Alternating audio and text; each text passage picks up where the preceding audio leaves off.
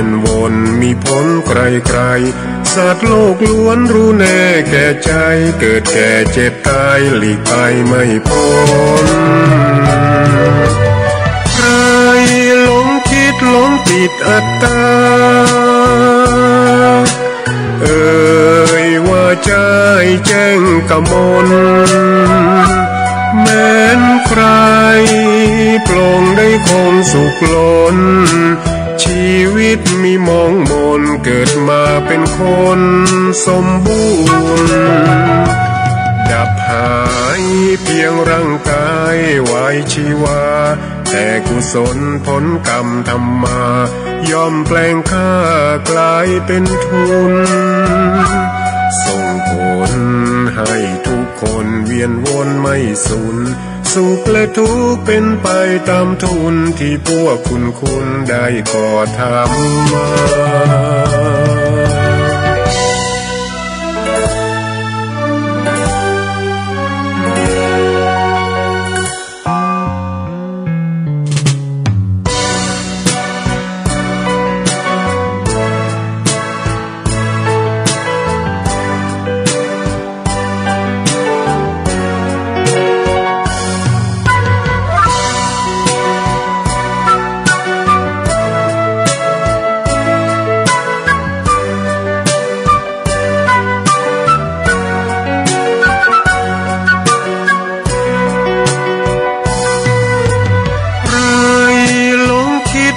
ติดอัตตาว่าใจแจ้งกมลแม้นใครปลงได้คงสุขล้นชีวิตมีมองมนเกิดมาเป็นคนสมบูรณ์ดับหายเพียงร่างกายไว้ชีวาแต่กุศลผลกรรมทำมาย่อมแปลงค่ากลายเป็นทุนส่งผลให้ทุกคนเวียนวนไม่สูญสุขและทุกข์เป็นไปตามทุนที่พวกคุณได้ก่อทำมา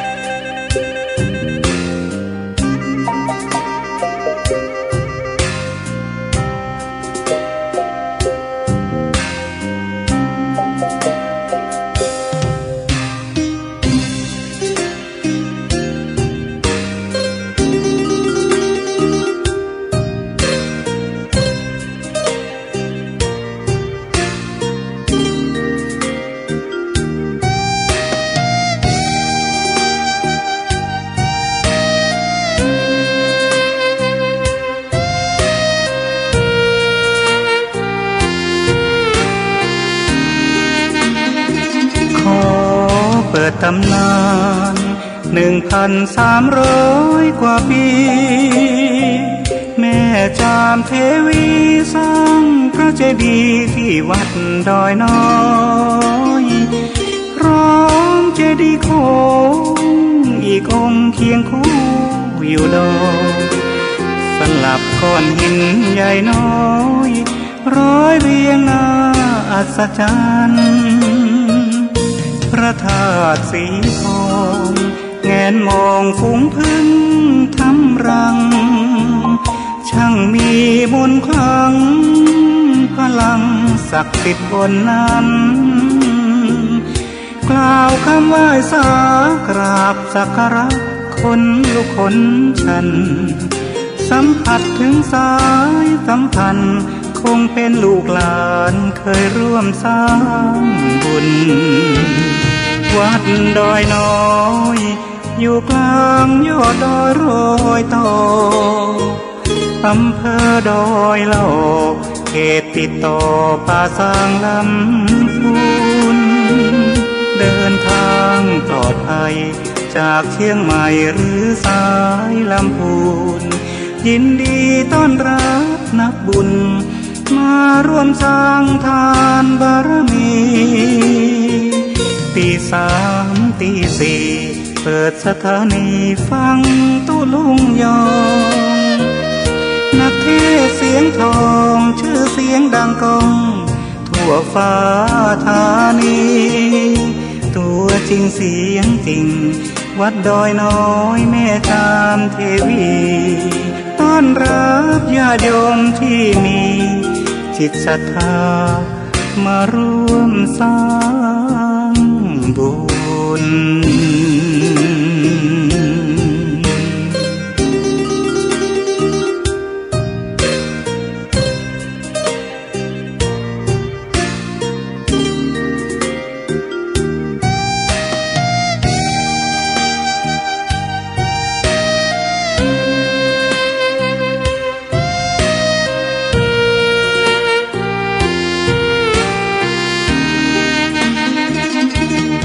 วัดดอยน้อยอยู่กลางยอดดอยโร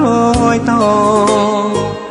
อำเภอดอยละออเขตติดต่อป่าสางลำพูนเดินทางปลอดภัยจากเชียงใหม่หรือสายลำพูนยินดีต้อนรับนักบุญมาร่วมสร้างทานบารมีตีสามตีสี่เปิดสถานีฟังตุลุงยองนักเทศเสียงทองชื่อเสียงดังก้องทั่วฟ้าธานีตัวจริงเสียงจริงวัดดอยน้อยแม่ตามเทวีต้อนรับญาติโยมที่มีจิตศรัทธามาร่วมสร้างบุญ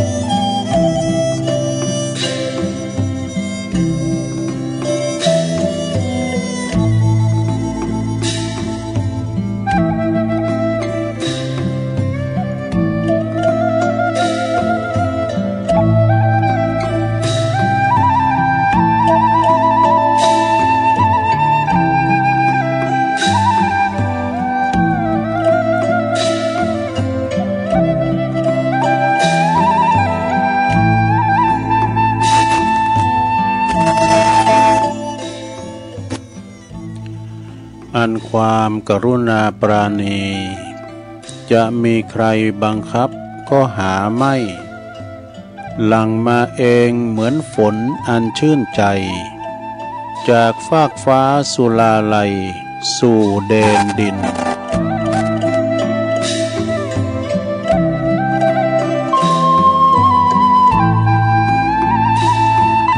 ตื่นเจ้าขึ้นมาก็ยิ้มแย้มแจ่มใสทุกโศกโลกภัยหายไปหมดสิ้นก็ขอความนอบน้อมแด่พระรัตนตรัยอันมีพระพุทธพระธรรมพระสงฆ์เป็นสรณะที่พึ่งขอกราบแนบไต่ไหวสาถวายความเคารพมายังครูบาอาจารย์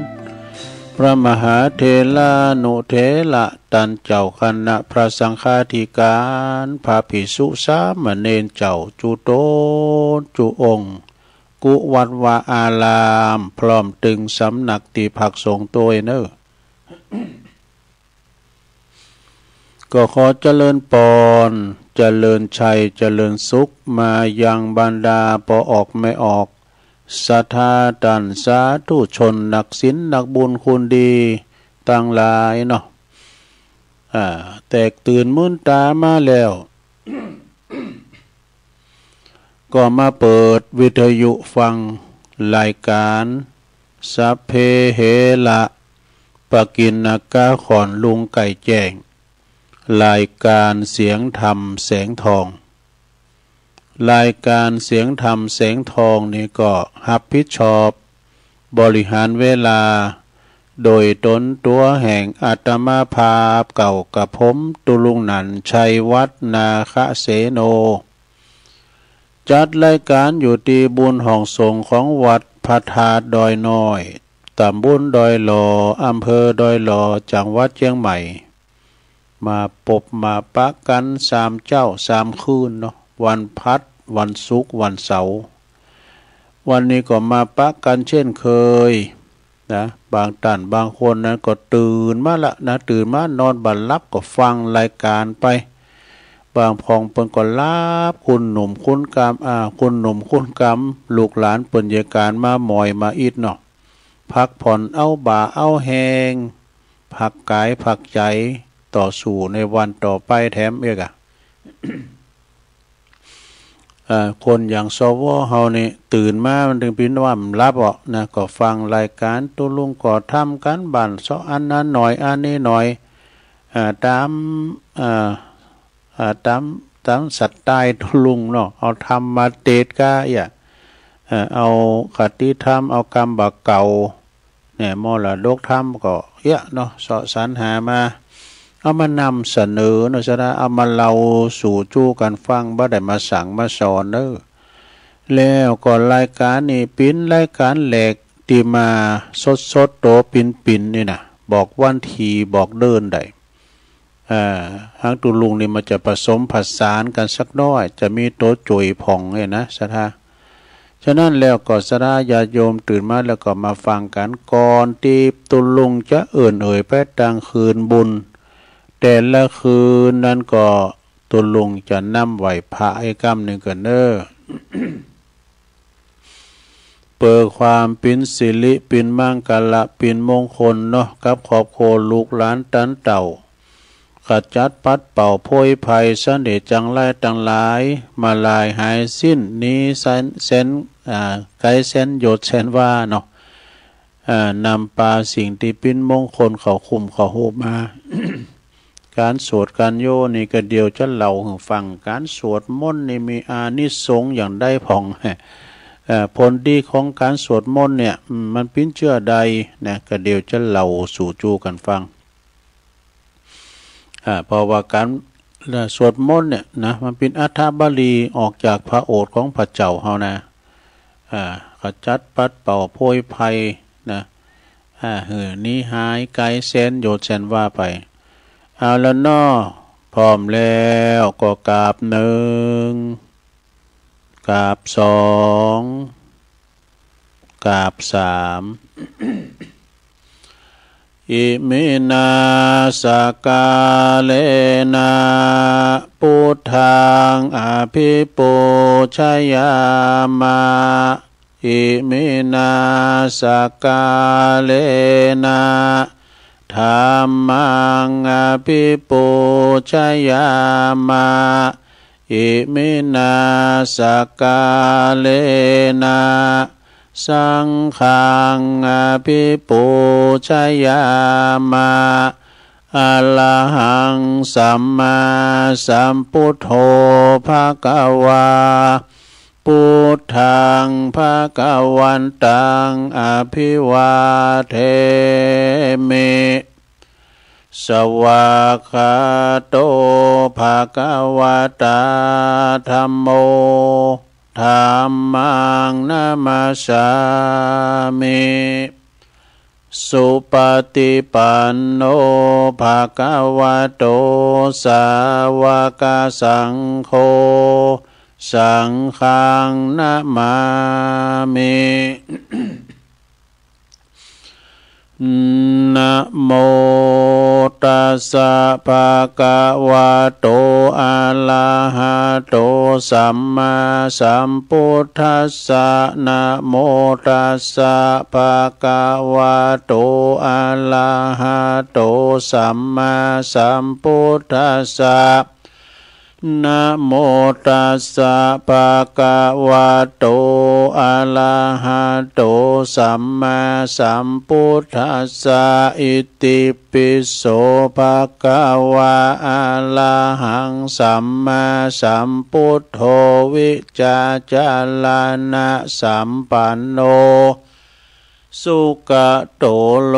กวิโตอนุตตโลปุริสตัมมาสาลาธิ สัทธาเทวมนุสสานังพุทโธภควาติสวากขาโตภควตาธัมโม สันติติโกอากาลิโกเอหิปัสสิโกโอปันญิโกปัจจตังเวทิตาโปวินโยเหติสุปฏิปันโนภะคะวะโตสาวกสังโฆอุจจุปฏิปันโนภะคะวะโตสาวกสังโฆญายะปฏิปันโนภะคะวะโตสาวกสังโฆสามิจิปฏิปันโนภะคะวะโตสาวกสังโฆญาติตังจัตตาลิปุริสยุคาเนอัฏฐปุริสปุคลาเอสะภะคะวะโตสาวกสังโฆอาหุนายโยปะหุนายโยตักขินายโยอัญจัลลิกาลนิโยอนุตตลังปุญญเขตังโลกัสสติจะยันโตโพธิยามุเลสกายานังนันทิวัตโนเอวังตวังวิจัยโยโหหิจยสุจยมังคะเลอปลาจิตะปันลังเกสิเสปัตวิปุคะเลอภิเสเกสัพพะพุทธานังอากัปปะโตปโมทติสุนักกตังสุมังกลังสุปปาตังสุโหติตังสุขันโนสุโมโหโตจะสุยิถังพระมัญจาลิสุปัทขินังกายกัมมังวาจากัมมังปัทขินังปัทขินังมโนกัมมังปันนิทิเตปัทขินาปัทขินานิกัตวันนะลาพันตเถปัทขิเนสัพพิติโยวิวัจจันตุสัพพะโลกโควินาศตุมาเตภวัตวันตลายโยสุขีติกายุโกมภวะอัมภิวาตนาสิลิสาเนจังวุตตาปัจจายโนจัตตาโลธรรมาวัฏันติอายุวันโนสุขังปะลัง เอาแล้วเนาะศรัทธาญาติโยมทั้งหลายเนาะตุลุงก็ปิ้นเก้าปิ้นโหนำสวดมนต์ไปปิ้นตีเรียบร้อยก็ขอคุณพระติตาไลรัตนะผ่านแผ่วพระแก้วเจ้าตังสามปากการเนาะจงดลบันดาลมาปกป้องคุ้มครองรักษาพระพุทธศาสนารักษาวัดวาอารามโคงแก้วตังสามมารักษาดูแลครูบาอาจารย์พระสงฆ์องค์สามมเณรเจ้าอยู่กับวัดกับว่าเนาะมาเผยแผ่สัจธรรมคำสอนฝากต้องกับปออกศรัทธานี่ใจใส่ดูแลทนุบำรุงกันไปอุบาอาจารย์พระสงฆ์องค์เจ้าเปิ้นก็อยู่กับวัดกับว่านะมีความกึดปกสร้างห่างแป้งวัดวาอารามโค หุดน้ำบ่อก่อศาลาอีนะก็มีการเล่งดูปูปาพระทรงองค์เนนลูกศิษย์ลูกหาเอกะสระเธอก็ตัวเจ้าวัดเฮาเนี่ยเพิ่นจะเป็นคุณบ้านเฮาเพิ่นเป็นเจ้าที่อื่นปุ้นพ้องก็เป็นไทยพ้องก็เป็นเมืองพ้องก็เป็นลาวพ้องก็เป็นย่องศรัทธาเพิ่นก็มาหลากหลายตีอันนี้มันเป็นบุญกุศลจัดแล้วปังหลังเพิ่นจะได้มาป่ำเป้งคือสร้างห่างแปลงวัดเฮาไอ้น่ะเนาะคุณเฮานี่ถ้าได้มาอยู่จุดไหนจะได้มาเกิดเป็นลูกไผน่ะจะเกิดเป็นหยังไอ้น่ะมันแล้วแต่กรรมเนาะซะนะในธรรมว่าในกรรมทั้งนั้นกรรมก็สวายก็ดุ มันต่างกรรมกันได้ต่างกรรมต่างวันละกันเนาะอย่างคุณที่เปิ้นไปที่ไหนก็ดีที่หันที่นี่ไปซัมเตอก็ไปตกลูกตกเมเนี่ยซัมพงได้เคยฝรั่งก็มีสถานเนาะเคยญี่ปุ่นเนี่ยอันนี้เปิ้นเรียกว่าปุเพกตาปุญญาตาเนาะเคยทำบุญกันมาเนี่ยจานเลี้ยวปังหลังเกิดเปิ้นว่าวาสนาค่ะบุเพสันนิวาสกันเนาะซัมเตอก็ไปเป็นป้ายเป็นเคยต่างเด้เนี่ยนะเนี่ยมันเป็นแต่กรรมเนาะสถานเนาะได้พอก็ดูแลครูบาอาจารย์นอสนาเปิดก็มาปิ้นนอนเนอนาบุญศรัทธาได้มาสักการะปูชาขับไหวเนอปอหลงแม่หลงก็ดีขอให้มีสุขภาพพลานามัยสมบูรณ์แข็งแรงเนอปิ้นลมโพลมใสของลูกของหลานตัวลุงก็ขอปิ้นเก้าขออันปิ้นอันกำลังอกกำลังใจอีปออีแม่นอที่เดินเหินไปไหนมาไหนบ้าใดก็เอาวิทยุปิ้นกูปิ้นกีมกันไปเนอะปิ้นกูปิ้นกีมกันไปปอบ้านแม่บ้านจะเอารถออกคู่บอกโคมีสติก่อนสตาร์ทรถมันหนักมันหลายไปดีมาดีทั้งขาไปทั้งขากลับเนอะแล้วตอนนี้ไปก็จะได้เอ่ยไปตั้งคืนบุญคืนสถานีวิทยุเนี่ยที่เปิ้นอยู่ในเครือข่ายรับสัญญาณรายการธรรมะภาคภาษายองช่วงเวลาตั้งแต่ 3:00 ถึง 5:00 นดังต่อไปนี้เนี่ยขอบคุณสถานีวิทยุคลื่นพระพุทธศาสนาการศึกษาและวัฒนธรรมของวัดฝายหินตำบลสุเตปอำเภอเมืองเชียงใหม่ FM 104.50 เมกะเฮิรตซ์ โดยเมตตาบารมีธรรมอาจารย์พระครูสมุวิศวัตวรกิจโจ อันเป็นผู้อำนวยการสถานีเปิ่นก่อมปินล่ำปินนอนแล้วคอยที่จะเกาะกล้องสัญญาณลิงสัญญาณไปเดี๋ยวนี้เปิ่นก่อนนอนละนะการตกลงเข้ารายการแล้วเปิ่นก็ปลอดภัยละเปิ่นก่อนนอนละเนาะอันนี้ก็ส่งกระแจเสียงไปไกลเนอะองค์ขลงในเมืองได้ฟังกันหมดนะขอบคุณสถานีวิทยุคณะสงฆ์อำเภอฝางตั้งอยู่ที่วัดพระพุทธบาทอุดมน้ำบ่อสาวาสำนักวิปัสสนาเนอ FM 100.25 เมกะเฮิรตซ์โดยเมตตาบารมีธรรมหลวงปอใหญ่เฮาเนอท่านพระครูสุจิตานุรักษ์เจ้าคณะอำเภอฝางเนอขอบคุณตุปิเลินโดยลิงสัญญาณไปพี่น้องเปิ้นตังฝางไม่อายใส่ประการก็ฟังกันหลาย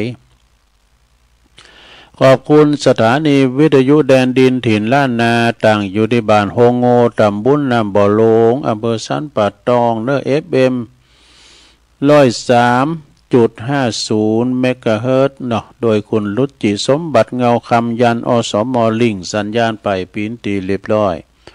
ขอบคุณสถานีวิทยุมนเสียงธรรมจากอำเภอแม่แจ่มเนอวัดบุผาลามนะ FM 106.25 เมกะเฮิรตซ์โดยเมตตาบารมีธรรมหลวงปอพระครูมงคลวิสิทธิ์หลวงปอใหญ่เจ้าคณะอำเภอแม่แจ่มเนอขอบคุณท่านพระปลัดอุทัยตึง2อุทัยโดยขอบคุณสถานีวิทยุเน็กเนลเรดิโอ FM 96.75 เมกะเฮิรตซ์ตั้งอยู่ที่บ้านโจงตำบลทุ่งกวาวอำเภอเมืองปานจังหวัดลำปางเนอขอบคุณสถานีวิทยุชุมชนคนเหนือเขื่อนตั้งอยู่ที่บ้านดุงดำอำเภอฮอดจังหวัดเชียงใหม่ FM 90.75 เมกะเฮิรตซ์ และขอบคุณสถานีวิทยุมจลวิทยาลัยสงฆ์นครลำปางเนอะวัดบุญญาวาสวิหาร FM 106.50 เนอะเมกะเฮิรตซ์นะโดยท่านดร.จีรศักดิ์ปันลำผู้อำนวยการสถานีขอบคุณท่านดร.แอมเนอร์พัชริยาฟองจันตาฝ่ายวิทยุลิงสัญญาณไปพี่น้องตั้งลำปางนอเขลางนครเมืองรถมาแล้วเปิ่นฟังกันหลายอำเภอเนอะมาฟังกันหมากโป่งลงหลายแล้วก็พี่น้องบ้านไกลด้วยเนอะสีคำเรดิโอนี่บ้านนาเหลืองนอกบ้านนาเหลืองเนาะอำเภอเวียงสาจังหวัดน่านปุ่นเนอะFM 92.50 เนอะเมกะเฮิรตซ์นะนี่ อันนี้ก็เป็นได้จือรายนามเนาะสถาของสถานีกันมีเปิ้นเฮาก็ได้ยินสักน้อย อันนี้เปิ้นลิงสัญญาณไปหือเนาะอันอาศัยหูดังเปิ้นหายใจนะเพิ่นว่านะ กันมีเปิ้นเฮาก็ได้ยินสถาก็ฟังกันไปเด้อเด้อนะวันนี้มาพบมาปะกันนี่ก็ตรงกับวันนี้วันศุกร์แล้วเนอะสถาเนอะวันศุกร์ที่10แล้วก็เนี่ยของเดือนตุลาคม2568มานี่เนอะสถาวันเวลาโวยนะถ้าไปถึงวันที่23ก็ปิยมหาราชทำแล้วนะละตอนนี้ไปจะเอานี่นำเสนอก่อนเนอะลงเนอะ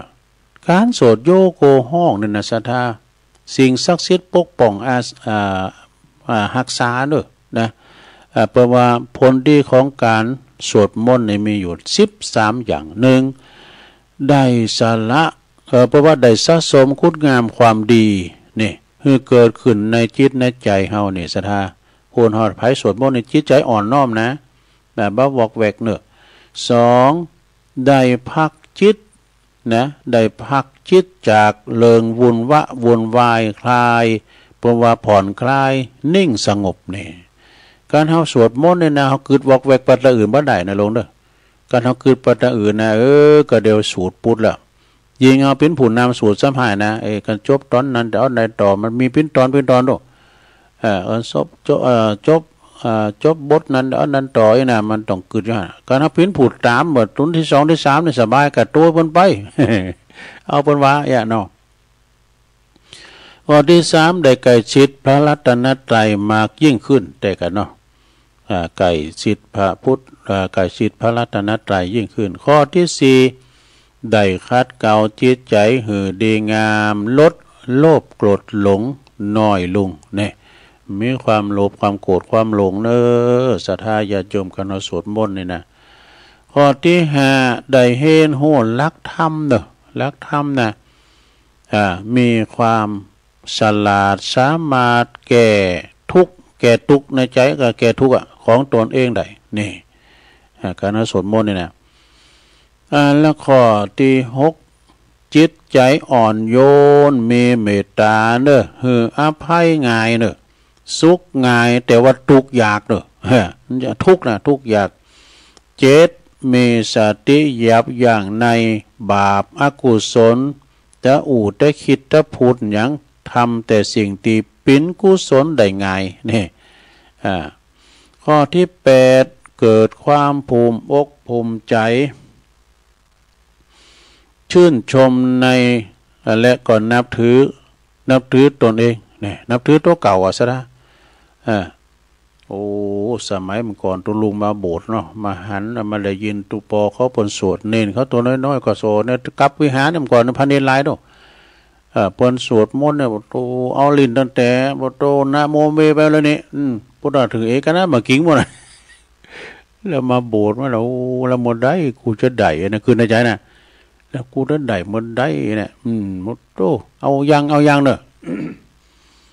แล้วก็ยังจะมาหุ่มกลด้วยนะซะนะปุตโธกับเราไปสวดมนต์แตนน่ะเนาะสวดมนต์ตานนี่นะที่หอมได้นะมันจัดหนักซะนะที่เปิ้นเอานั่นน่ะเอาก็อันนี้ก็มักปอโตไอ้เด้อนะออกนอกกำแป้งแล้วมันต้องผ่อนหนังสือเด้อไอ้น่ะก็พอดีแต่ว่าที่หอมได้ก็มีหลายนะติมได้เขาก็ดักว่าเนี่ยมันใจว่ามันได้ก็เอาน้ำใจนะตูปอตุ้นหนึ่งกับมาโบสถ์เก่าโบสถ์ใหม่ อันที่ได้เนี่ยดังหมดเดียมันได้เนี่ยมันใหญ่ใหญ่ใหญ่ใหญ่ว่าอีเปิ้นน่ะเปิ้นพูดกะ เปิ้นสลัมกับครูบาเดิดเขาหรอโชตมได้ย่ำดักไว้ให้เนี่ยเปิ้นสลัมไว้เนี่ยว่าสลัมเหมือนกันนะซะนะสวดมนต์เนี่ยทำเตือนมันบทมันไปเหมือนกันมันเหมือนกันก็มีนะซะนะสังฆโหสังฆโหสังฆหิเตนะอาสังฆหิตังอาสังฆหิเตนะสังฆหิตังก็ซับไปซับมาอยู่มันก็ลุงเหมือนกันนะซะนะซะเตอตุลุงก็ลุงเหมือนกันแหละขึ้นไปสวดมนต์โดยเปิ้นเตอนะก็ขึ้นเต้นกันนี่เนาะตุนที่7บ่ก็สุดท้ายหิมสุดท้ายบ่น่ะเปิ้นสวดมนต์อาจารย์พระครูสุเมธเป็นผู้นำเนี่ยผู้ดอันนั้นเอามาหมดอ่ะสวดหยังได้มาหมดอ่ะดีก็เฮาใส่เม็ดไปเขาใส่เม็ดเนี่ยมันปิดปากเลยแต่งรับตาไปนี่ชีเต้ไปนี่อันที่หอมไหนหอมจัดนักถึงไหนแล้วในข้อที่8เกิดความภูมิใจชื่นชมแล้วก็นับถือตนเองนี่ต่อไปเป็นข้อที่9เวลาทำสมาธิเนี่ยจิตจะสงบตั้งมั่นได้เร็วเนี่ยการเฮาสวดมนต์มีพื้นฐานนี่นะแล้วข้อที่10ทำให้ปิตามารดาบิดอนมารดาของเขาได้รับส่วนบุญส่วนกุศลไปตัวเนอะนี่อีดูเขาได้แผ่เมตตาให้โยมปอโยมแม่คือปองให้แม่เขาอ่ะนะใช่ไหมแล้วก็ข้อที่11ช่วยรักษาพระธรรมในรูปแบบของพระพุทธพจน์นะก็คือภาษามคธนะข้อที่12รับก็เป็นสุขตื่นก็เป็นสุขเนี่ยเป็นว่านะรับก็เป็นสุขตื่นก็ขึ้นมาก็เป็นสุขนะบ่ฝันหันไล่คือตื่นตกใจไปทางใดมีคนโหมหักไข่ฝูงผีปีศาจน้อยใหญ่ปียาแป้งเนี่ยเทวดาเตรียมแฝงวงแวดเฝ้าไฟยาปิดและหอกดาบนั้นเล่าบ่ขาหือตายเนี่ยเป็นว่านะอันนี้เมตตาเหมือนกันแผ่เมตตาเหมือนกันเนาะอันนี้รับเป็นสุขตื่นเป็นสุขทำสิ่งใดก็จะสำเร็จ ผลได้ง่ายเนอะนี่ต่อไปข้อสุดท้าย13 ข้อที่13นี่เปิดว่าเป็นทางนำไปสู่วิมุตติวิมุตติสุขนะก็คือความหลุดพ้นดังตีปรากฏในวิมุตตยาวิมุตตยาวิมุตตญาณสูตรเนาะญาตนะสูตรเป็นว่าทางลุดพ้นมีอยู่5อย่างคือลุดพ้นโดย1นะการฟังธรรม การฟังธรรมก็ลุดพ้นมันก็รู้ซะได้นะการฟังธรรม2การแสดงธรรม3การสาธยายธรรม4การคิดพิจารณาการคิดพิจารณาธรรมแล้วก็การปฏิบัติวิปัสสนากรรมฐานเนี่ยผลดีนะสดา13อย่างนี้นะ13ข้อนี่นะผลดีของการสวดมนต์นี่สวดมนต์เด้อสดาสวดมนต์เนี่ยมันทำให้เฮาเนี่ยจิตใจมั่นคงบ่วอกแวกจิตใจดีมีสติก็คือจดจ่ออยู่ที่บทสวดแต่ละบทก็ไปคิดทางอื่นนี่ก็ไม่ได้เนาะสถาอย่างวัดพระธาตุด้วยหน่อยโอ้สูตรกันตึงวันนะก็เพิ่งก็ตึงสูตรกันตึงวันนะดูอันนี้ก็สูตรอย่างนี้เจ้าเนี่ยตึงวันนี่เป็นสูตรหลวงพ่อเปิ้นละธรรมจักรสูตรมนต์อันตุลุงสอนด้วยปนนี่ได้กะแต่น้ำเนี่ยมันใครได้เธอก็ปลาเล็ดเหมือนกันนะพันเนรก็พอหนังสือร่มว่าในสวดโซกเขามนเลยสวดมันมี2อย่างสวดสังโยกก็มีสวดธรรมดาสวดเมืองเขาก็มีจากนั้นก็ฟังกันไปเนาะศรัทธาญาติโยมทั้งหลายต่อแต่นี้ตุลุงก็จะนำเสนออนิยมกรรมนะเอาเฮามาดีแบบมีบุญเขาจะไปเขาก็ต้องมีทุนนะทุนอย่างตุทุนความดีนะทุนความดีที่เขามาวันนี้เขามาปะกันเนี่ยก็คือเขามาแบบเขามีบุญบุญนำกำแต่งเขาได้มาเกิดเป็นคุณ เป็นบุญนะแล้วก็เฮาไปก็คือมีทุนเดิมของเฮา ไปสู่ตีสุคติโลกสวรรค์เนี่ยนะเนาะสถาจะเป็นเจ้าใดก็ลองฟังบอกเฮามาดีแบบมีบุญน่ะที่ว่าเฮามาดีแบบมีบุญนั้นคือมาดีแบบมีบุญหนุนนำส่งให้เฮาสุขสบายนี่เฮามาเดี๋ยวเนี่ยสถานะมันจะเหมือนกันดูบางคนปวดต้นนางอยู่บนกองเงินกองทองบางคนกำเบื่อหมอเขากินกับพี่น้องชาวบ้านทุนมันมาเหมือนกันดูเฮามีทุนดีเฮาถึงได้มาอยู่ดีๆนะเนาะมีทรัพย์สินบริวารญาติมีถึงพร้อมมีร่างกายครบถ้วน32บาเซองกะนะแล้วก็เช่นว่าตันเรียกว่ามาแบบมีบุญนี่เอามีบุญมาเกิดนะโอเกิดเป็นมนุษย์นี่ยากนะหลวงนะกิจโฉมนุสสปฏิลาโภเมื่อว่าเขาเกิดมาแบบมีบุญแล้วก็ต้องอยู่ดีแบบมีคุณนี่คุณอย่างคุณงามความดีแล้วก็ไปดีแบบมีทุนตัวอยู่ดีแบบมีคุณนั้นอยู่แบบไหนเปิ้นก็บอกว่าก็อยู่โดยทำหน้าที่ของตนถึงพร้อมทุกคนเกิดมาล้วนมีหน้าตาตีต้องรับผิดชอบมีหน้าที่ต้องรับผิดชอบแล้วก็ปฏิบัติต่อกันเป็นลูกก็มีหน้าที่ของลูกเป็นพ่อแม่ก็มีหน้าที่ของพ่อของแม่เป็นครูบาอาจารย์ก็มีหน้าที่ของครูบาอาจารย์เป็นข้าราชการทหารตำรวจก็มีหน้าที่อย่างก็ตามก็มีหน้าที่ทางนั้นนะเป็นพระเป็นตุก็มีหน้าที่เป็นฆราวาสก็เป็นพระเป็นตุเจ้าก็เป็นฆราวาสญาติโยมเป็นสามีภรรยาเป็นนายกเป็นสสดูเป็นสวผู้เป็นผู้ว่าก็ตามเด้อว่าก็มีหน้าที่ด้วยกันทั้งนั้นนะการทำหน้าที่ของตนให้ถึงพร้อมทุกอย่างก็บ่บกพร่องได้ชื่อว่าอยู่ดีแบบมีคุณอยู่ดีแบบมีคุณลูกมีหน้าที่ของลูกก็คือตอบแทนบุญคุณของพ่อของแม่พ่อแม่ก็มีหน้าที่เลี้ยงดูแนะนำสั่งสอนให้ลูกให้เต่าเป็นคนดีอาจารย์ครูบาอาจารย์ก็มีหน้าที่สั่งสอนให้การศึกษาอบรมสั่งสอนศิษย์เป็นพระก็มีหน้าที่เผยแผ่ธรรมะสามีภรรยาก็มีหน้าที่เลี้ยงครอบครัวบ้านนอกใจคู่ครองนะแม่ว่าเป็นนั้นเป็นสุมาณเป็นนายกเป็นสสเป็นสวผู้ว่าเปิ้นก็มีหน้าที่ก็คือการบริหารชุมชนการบริหารประเทศชาติให้เจริญรุ่งเรืองนะผู้ที่มีหน้าที่ของตนให้บริสุทธิ์พุทธผ่องบริบูรณ์ให้ถูกต้องแล้วก็บ่ขาดตกบกพร่องแต่อย่างใดก็ยอม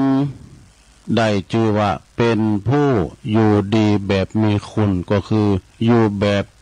มีคุณงามความดีนั่นเองนี่เมื่อว่าเฮามาดีแบบมีบุญแล้วอยู่ดีแบบมีคุณแล้วเพื่อให้ชีวิตมันสมบูรณ์ยิ่งขึ้นเวลาว่าไปต้องเป็นนั่นแบบเวลาเฮาไปต้องครึ่งหนึ่งของเด็กไทยมีโอกาสเป็นภูมิแพ้นมแม่มีคุณสมบัติเป็น HA ลดความเสี่ยงภูมิแพ้ได้ S-Mom Club ไปแบบไม่ทุนนะทุนในที่นี้ก็หมายถึงบุญกุศลนี่นะแสดงความตายเป็นสิ่งที่บ่แน่นอนเป็นของที่บ่มีนิมิตบอกหือฮู้ลงหน้าความตายนะว่าเฮาจะตายเมื่อใดเฮาจะไปตายที่ไหนเฮาจะตายเวลาใดเมื่อค่ำยามคืนนะไอ้ห่มโหหรอกฉะนั้นเวลานี่ฉะนั้นเฮาจึงควรเตรียมตัวก่อนที่เฮาจะตายไว้ให้พร้อมก่อนที่ความตายจะมาถึงเฮานะโดยบ่เพิกเฉยต่อการทำดี ดุจผู้ที่มีดุจผู้ที่จะเดินทางไกลนะจัดเตรียมสเสบียงกลางไว้พร้อมแล้วนะแล้วก็พร้อมที่จะเดินทางไกลตลอดเวลานะบ่ภาวะพาวงกับสิ่งอันใดอันหนึ่งแล้วคือพร้อมนะการที่จะไปสู่โลกหน้าเบื้องหน้านี่พร้อมนะเปรียบเหมือนอย่างเปรียบใดกับการเดินทางไกลต้องเตรียมเสบียงนะปาไทยยังเข้าห่อไว้ให้พร้อมเสบียงในที่นี้ก็คือสังก็คือบุญกุศลทำแล้วลงมีการหือตานรักษาศีลและก็เจริญภาวนาอย่างอีเป็นต้นเพื่อว่าผู้ที่จะไปยังบุญกุศลนี่ถึงพร้อมแล้วเมื่อว่าเฮารับตาไปเลยว่าเมื่อเฮาลาหลับรับขันไปสู่ปาลโลกไปไหนนะยอมได้ชื่อว่าไปดีแบบมีทุนไปดีแบบไม่ทุนแล้วตันทั้งหลายชีวิตของสัมพสัตว์นี่นะย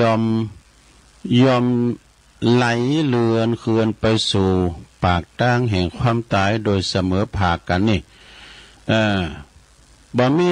ภัยที่จะหลอดป่นไปได้นะดังที่เฮา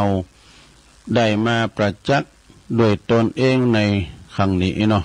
โดยเป็นว่ามีผู้ตายฉะนั้นจึงรีบขวนขวายทำหน้าที่ของตนมันสร้างบุญสร้างกุศลเอาไว้หนักๆคนที่จะดีที่จะชั่วนั้นปัจจัยอยู่ที่ชาติกำเนิดเนอะต้นตระกูลแต่ว่าคุณจะดีจะชั่วจะเลวนั้นอยู่ที่การกระทำเนี่ยกรรมเท่านั้นที่จะจำแนกสัตว์หือดีหรือเลวสัตว์โลกต่างหลายทั้งมวลนี่ยอมเป็นไปตามกรรมของตนกำเนิดของคุณอันนั้นปัจจัยสำคัญที่เกิดมาแล้วเขาจะทำดีได้มากมากหน่อยแค่ไหนนะจะสว่างมาหรือว่าจะมืดไปก็ตามแต่ตอนที่เขาจะไปนะคือสว่างคือแจ้งไปวะนะคือแจ้งไปเกิดมาจะมีบุญหรือว่าบ่มีหรือว่าบ่สำคัญนี่นะเพราะว่าเกิดมาจะมีบุญหรือบ่มีนะบ่สำคัญแต่เกิดมาแล้วต้องอยู่คือมีคุณแล้วก็ต้องทำแบบมีทุนไว้ให้มากที่สุดในการทำบุญทำความดีนั้นว่าพึงทำบ่อยๆนี่แม่จะมีความดีเล็กๆน้อยๆแม่จะเป็นความเล็กๆน้อยๆแต่ถ้าว่าเฮาทำบ่อยๆบุญนั้นมันก็จะเพิ่มขึ้นมาเลยดุจภาชนะเปล่านี่นะเปิดง่ายไว้กลางแจ้งเมื่อว่าฝนตกมาทีละหยดทีละหยาดก็ยั่งเต็มโดยน้ำชั้นใดการทำดีนั้นก็ดุจกันคือหมั่นทำบ่อยๆจนเกิดเป็นนิสัยนะเกิดเป็นนิสัยอย่าลืมว่าเพียงคุณงามความดีเท่านั้นที่จะติดตามเกิดกูลเฮาไปจอยเหลือคือเฮามีความสุขทั้งสองประวัติคือเฮามีความสุขใดในโลกทั้งสองนะคือโลกนี้แล้วก็โลกหน้าเนี่ยทั้งโลกนี้แล้วก็โลกหน้าเท่านั้นเตสนาวัสสาเนในการเป็นตีสุดแห่งพระธรรมเทศนาอันนี้ก็ขออำนาจคุณภาษีรัตนตรัยจงมาปกป้องคุ้มครองรักษาจงมาเป็นพลวัตปัจจัยเกิดกูลให้ท่านทั้งหลายจงมีความสุขมีความเจริญประสบแต่ความดีงามในปาลโลกนี้และปาลโลกหน้าอย่าได้ตุกล่อนอันใดสมดังเจตนาของท่านทั้งหลายพร้อมกันได้อยู่ดีมีสุขอายุมั่นขวัญยืนมีโจกมีใจได้เจริญไปโดยจตุรพิธและปอนใจ อันมีอายุวันนะสุขภาละเหมือนกันจูผู้จูคนอันนี้ อันนี้ก็เป็นอันกติธรรมธรรมบทนั่นเด้อศรัทธาเอามานำเสนอว่าไว้แต่เฮิงแต่เมินก็เลยเอามานำเสนอศรัทธาญาติโยมเนาะเป็นน้ำธรรมคำสอนหรือว่าในคติธรรมเนี่ยเอามาเราสู่จู้กันฟังไปจะนั่นเนาะตอนนี้ไปจะเอากรรมเนียมกรรมนี่ศรัทธาเนี่ยยิบยกมาทำกรรมของพี่ไอ้นิกรชายน้อย นิกรชายน้อยนี่อยู่น้องหล่องวะเนาะเปิดจังส่งมาก็จดไว้ เปิดเขียนว่าซื้อ อันนี้เป็นกรรมของคำจองคำมนเนาะเปิดก็บอกว่า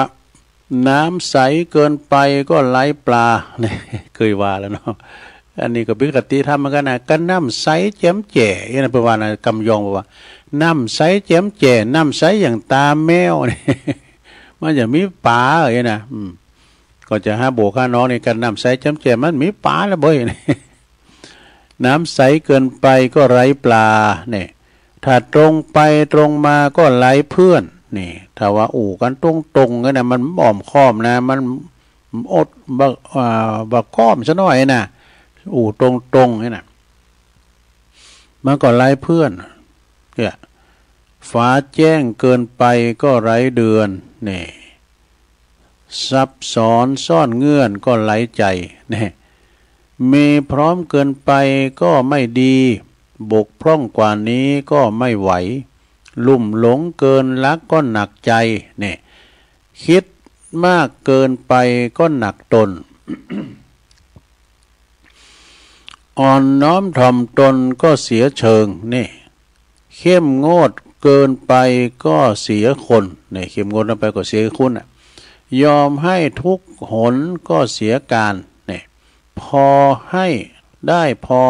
ก็พอดีหยวนท่วนทีก็พอผ่าน เงียวหูหลิวตาก็พอประมาณสงบคำรออ่านผลงานจริงนี่อันนี้ได้รับแล้วนะนี่ก็จดไว้เหมือนละนะเป็นคำบักเก่า เป็นคำกรกันเนาะคำกรเอามาเราสู่จู้กันฟังกันไปศรัทธาอันนี้ธรรมดหนึ่งตีขยายความได้เหมือนกันนะศรัทธานะฟังนะจำไว้ให้ดีนะดูอันนี้เราจะไปลืมกันอันนี้ก็เป็นคำบักเก่าเหมือนกันนะเราขยายความได้มาอสุมาเนี่ยสุนัขก็คือหมาดีไม่ลืมนายนี่วัวดีจะไม่ลืมตีนคนดีจะไม่ลืมคุณแต่ถ้าลูกดีเนี่ยจะไม่ลืมพ่อแม่นี่อันนี้นะครับเพื่อขยายว่ามาดีเนี่ยนะจะบ่ลืมนายเพราะว่า3 ปีบ่ลืมเจ้านะมาเนี่ยนะแล้วมันเดี๋ยวนี้มันมีลายเฮิร์นมันก็เรียกหมาลายเฮิร์น หมาลายเจ้าก็มีนะหมานี่มันเป็นสุนัขที่ว่าซื่อสัตย์ต่อเจ้าของมันจะงามบ่งามก็ตามมันจะซื่อสัตย์จงหลักภักดีคันได้มาหืออาหารมันพอในคลิปกับบินดี้ดูน้ำใจประเทศเขาก็แฮมันจะกราบซ่านะแล้วก็เจ้าของมันก็จะเอาสตังใส่กราบซ่าไปถ้ามันจะซื้อนะมันไปจ่ายการนะมันสุมาได้มาตีนเตะนะเจ้าของกาดไม่กล้าก็ขึ้นหู้นี่ก็ให้เงินละออนก็ได้ก็มันหมาเนี่ยเปิ้นเอามาฝึกได้หมดเป็นหมาตำโนดก็มีลูกก็ไปสูดไปดุมกันยังไงนะถ้าม้าตำโนดนี่เป็นม้าใหญ่เนี่ยม้าหลวงเนี่ยพุทโธเขียวมันยาวขนาดเด้อแต่เปิ้นมียศมีศักดิ์เด้อม้าตำโนดเนี่ยนะสุนัขะเนี่ยสดามันจะอย่าพันเลเลบอย่างเฮาแหละ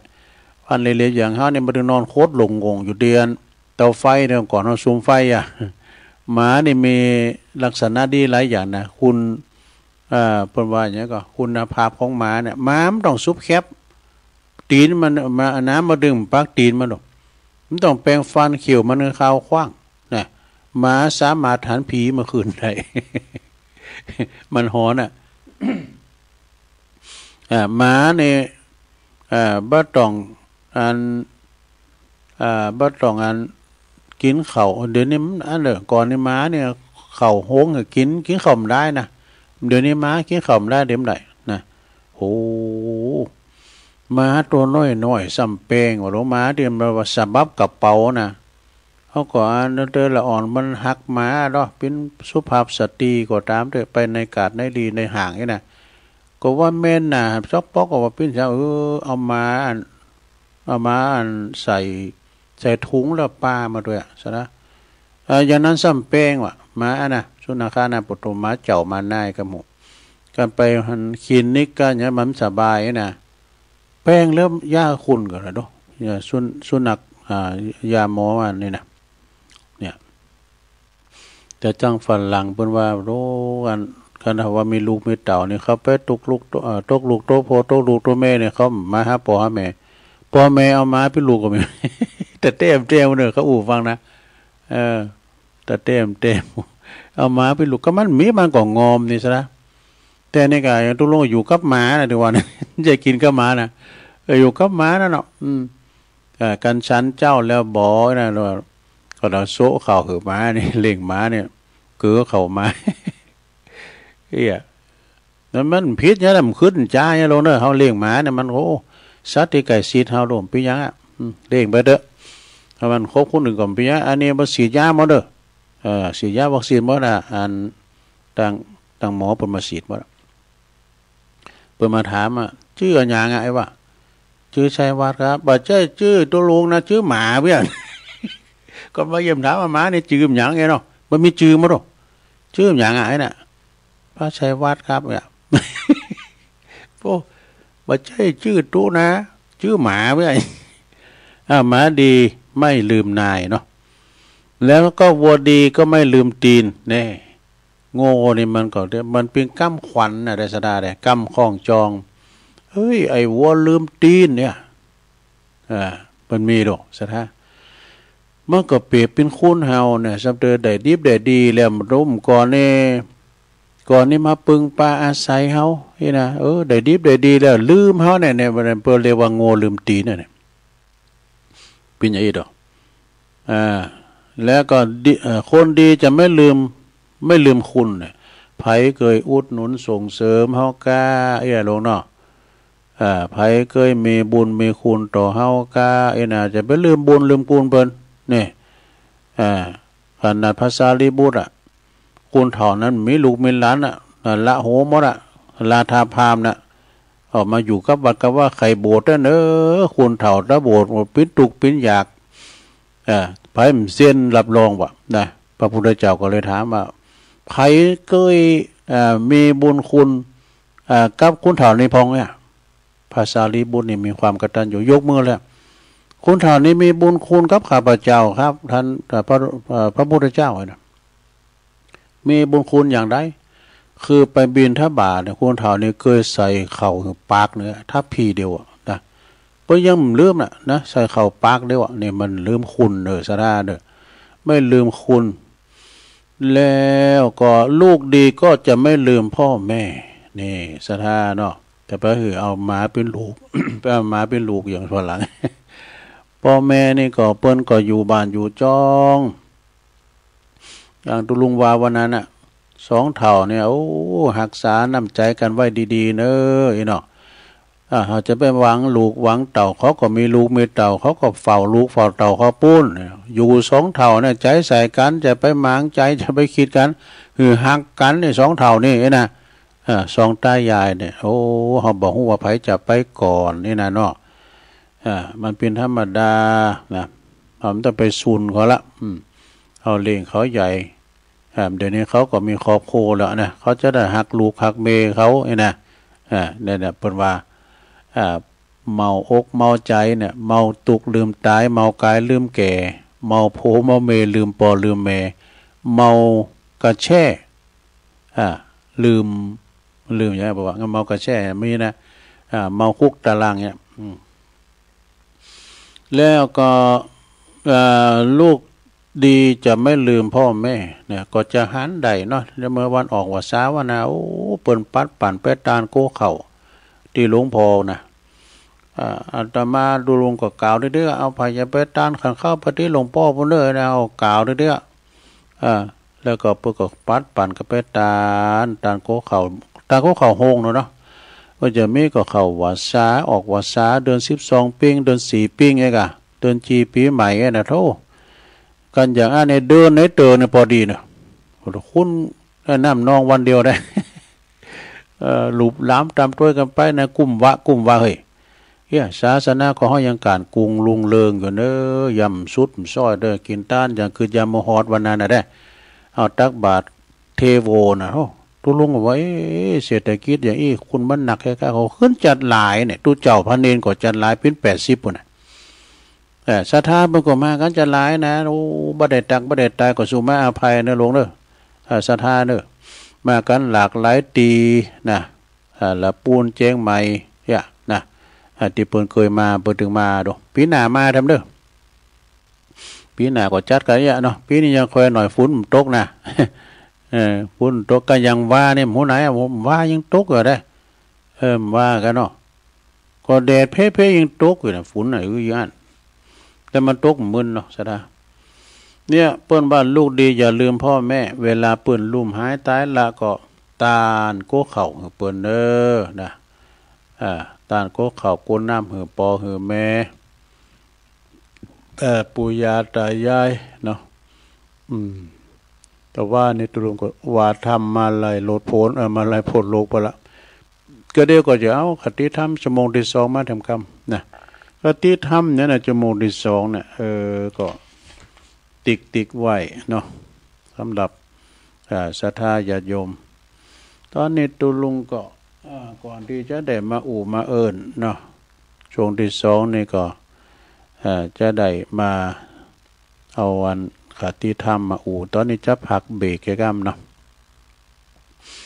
จะพักเบรกแค่กำหนึ่งก่อนนางมึนดำไปกดเจ็บหลังเจ็บแอวลงเอ้ยจะยกใหญ่ใครตีไว้ก่อนเนาะก็เดี๋ยวก็มากันต่อในชั่วโมงที่2พักเบรกกำเดียวกันเนอะเจริญพร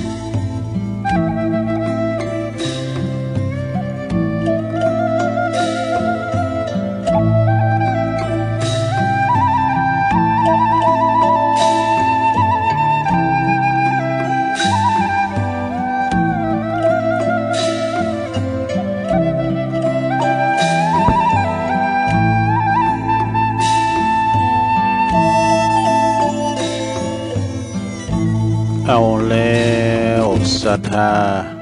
สาธุชนญาติโยมต่างหลายเนาะตุลุงก็พักเบรกพักครึ่งนั่งมึนลำไปก็อย่างว่าเนาะเจ็บหลังเจ็บแอวยกใหญ่ไข้ตีแล้วก็เตียวไปเตียวมายืดเส้นยืดสายทำธุระส่วนโตเรียบร้อยมาจิบน้ำลงคอมานั่งอู่กันต่อในชั่วโมงที่2เนอสถาเนอขณะนี้ตานตั้งหลายก็กำลังฟังรายการสัพเพเหระปะกินนากะขอนลุงไก่แจ้งรายการเสียงธรรมแสงทองดำเนินรายการโดยตุลุงยองเกาะมานั่งอู่นั่งจ้ากันเนาะขณะนี้เป็นเวลาอยู่ตี4:07เนอะ4:07แล้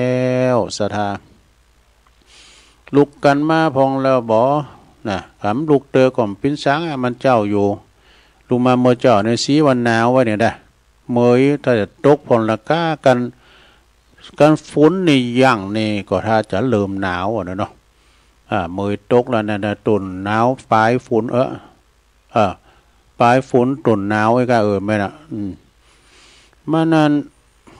แต่ก่อนเนี่ยสมัยตุลุงปิดน้อยคือละอ่อนเนาะเปิ้นนั้นออกวัดสาแล้วไปหาเดินยีปิงเนี่ยป้อนหนาวแล้วนะซะนะเนาะป้อนหนาวแล้วเมื่อก่อนเนี่ยมอกจิตลิดเนี่ยไปแอวว่าลอยกระทงที่น้องเกดี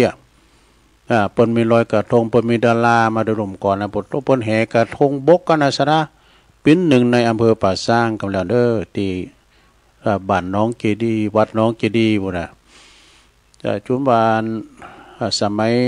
อาจารย์สาธิตเนาะเจ้าคุณซีโน่เนี่ยเปิ้นมีคุณูปการต่อพระพุทธศาสนาเนาะโฮงเฮนธรรมสาธิตกาโฮงเฮนวชิระป่าสร้างกาโฮงยาน้องเกดีเนี่ยเปิ้นเกิดเปิ้นสร้างหมดน่ะซะนะเนาะเปิ้นก็ละสังขารไปเนาะขณะนี้ก็ศรัทธาญาติโยมทั้งหลาย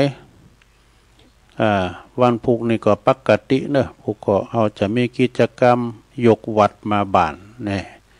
บุญนี่จะมียกวัดมาบ้านเนอะศรัทธาเนอะจะมีการไหว้พระรับศีลโยงเข้าบาตรด้วยกับวันเสาร์เนาะวันเสาร์ก็มาปากันอยู่ปุกเจ้าเนาะเอาแล้วเนาะตอนนี้ตุลุงก็จะนำเสนอสังทั้งหมดเนี่ย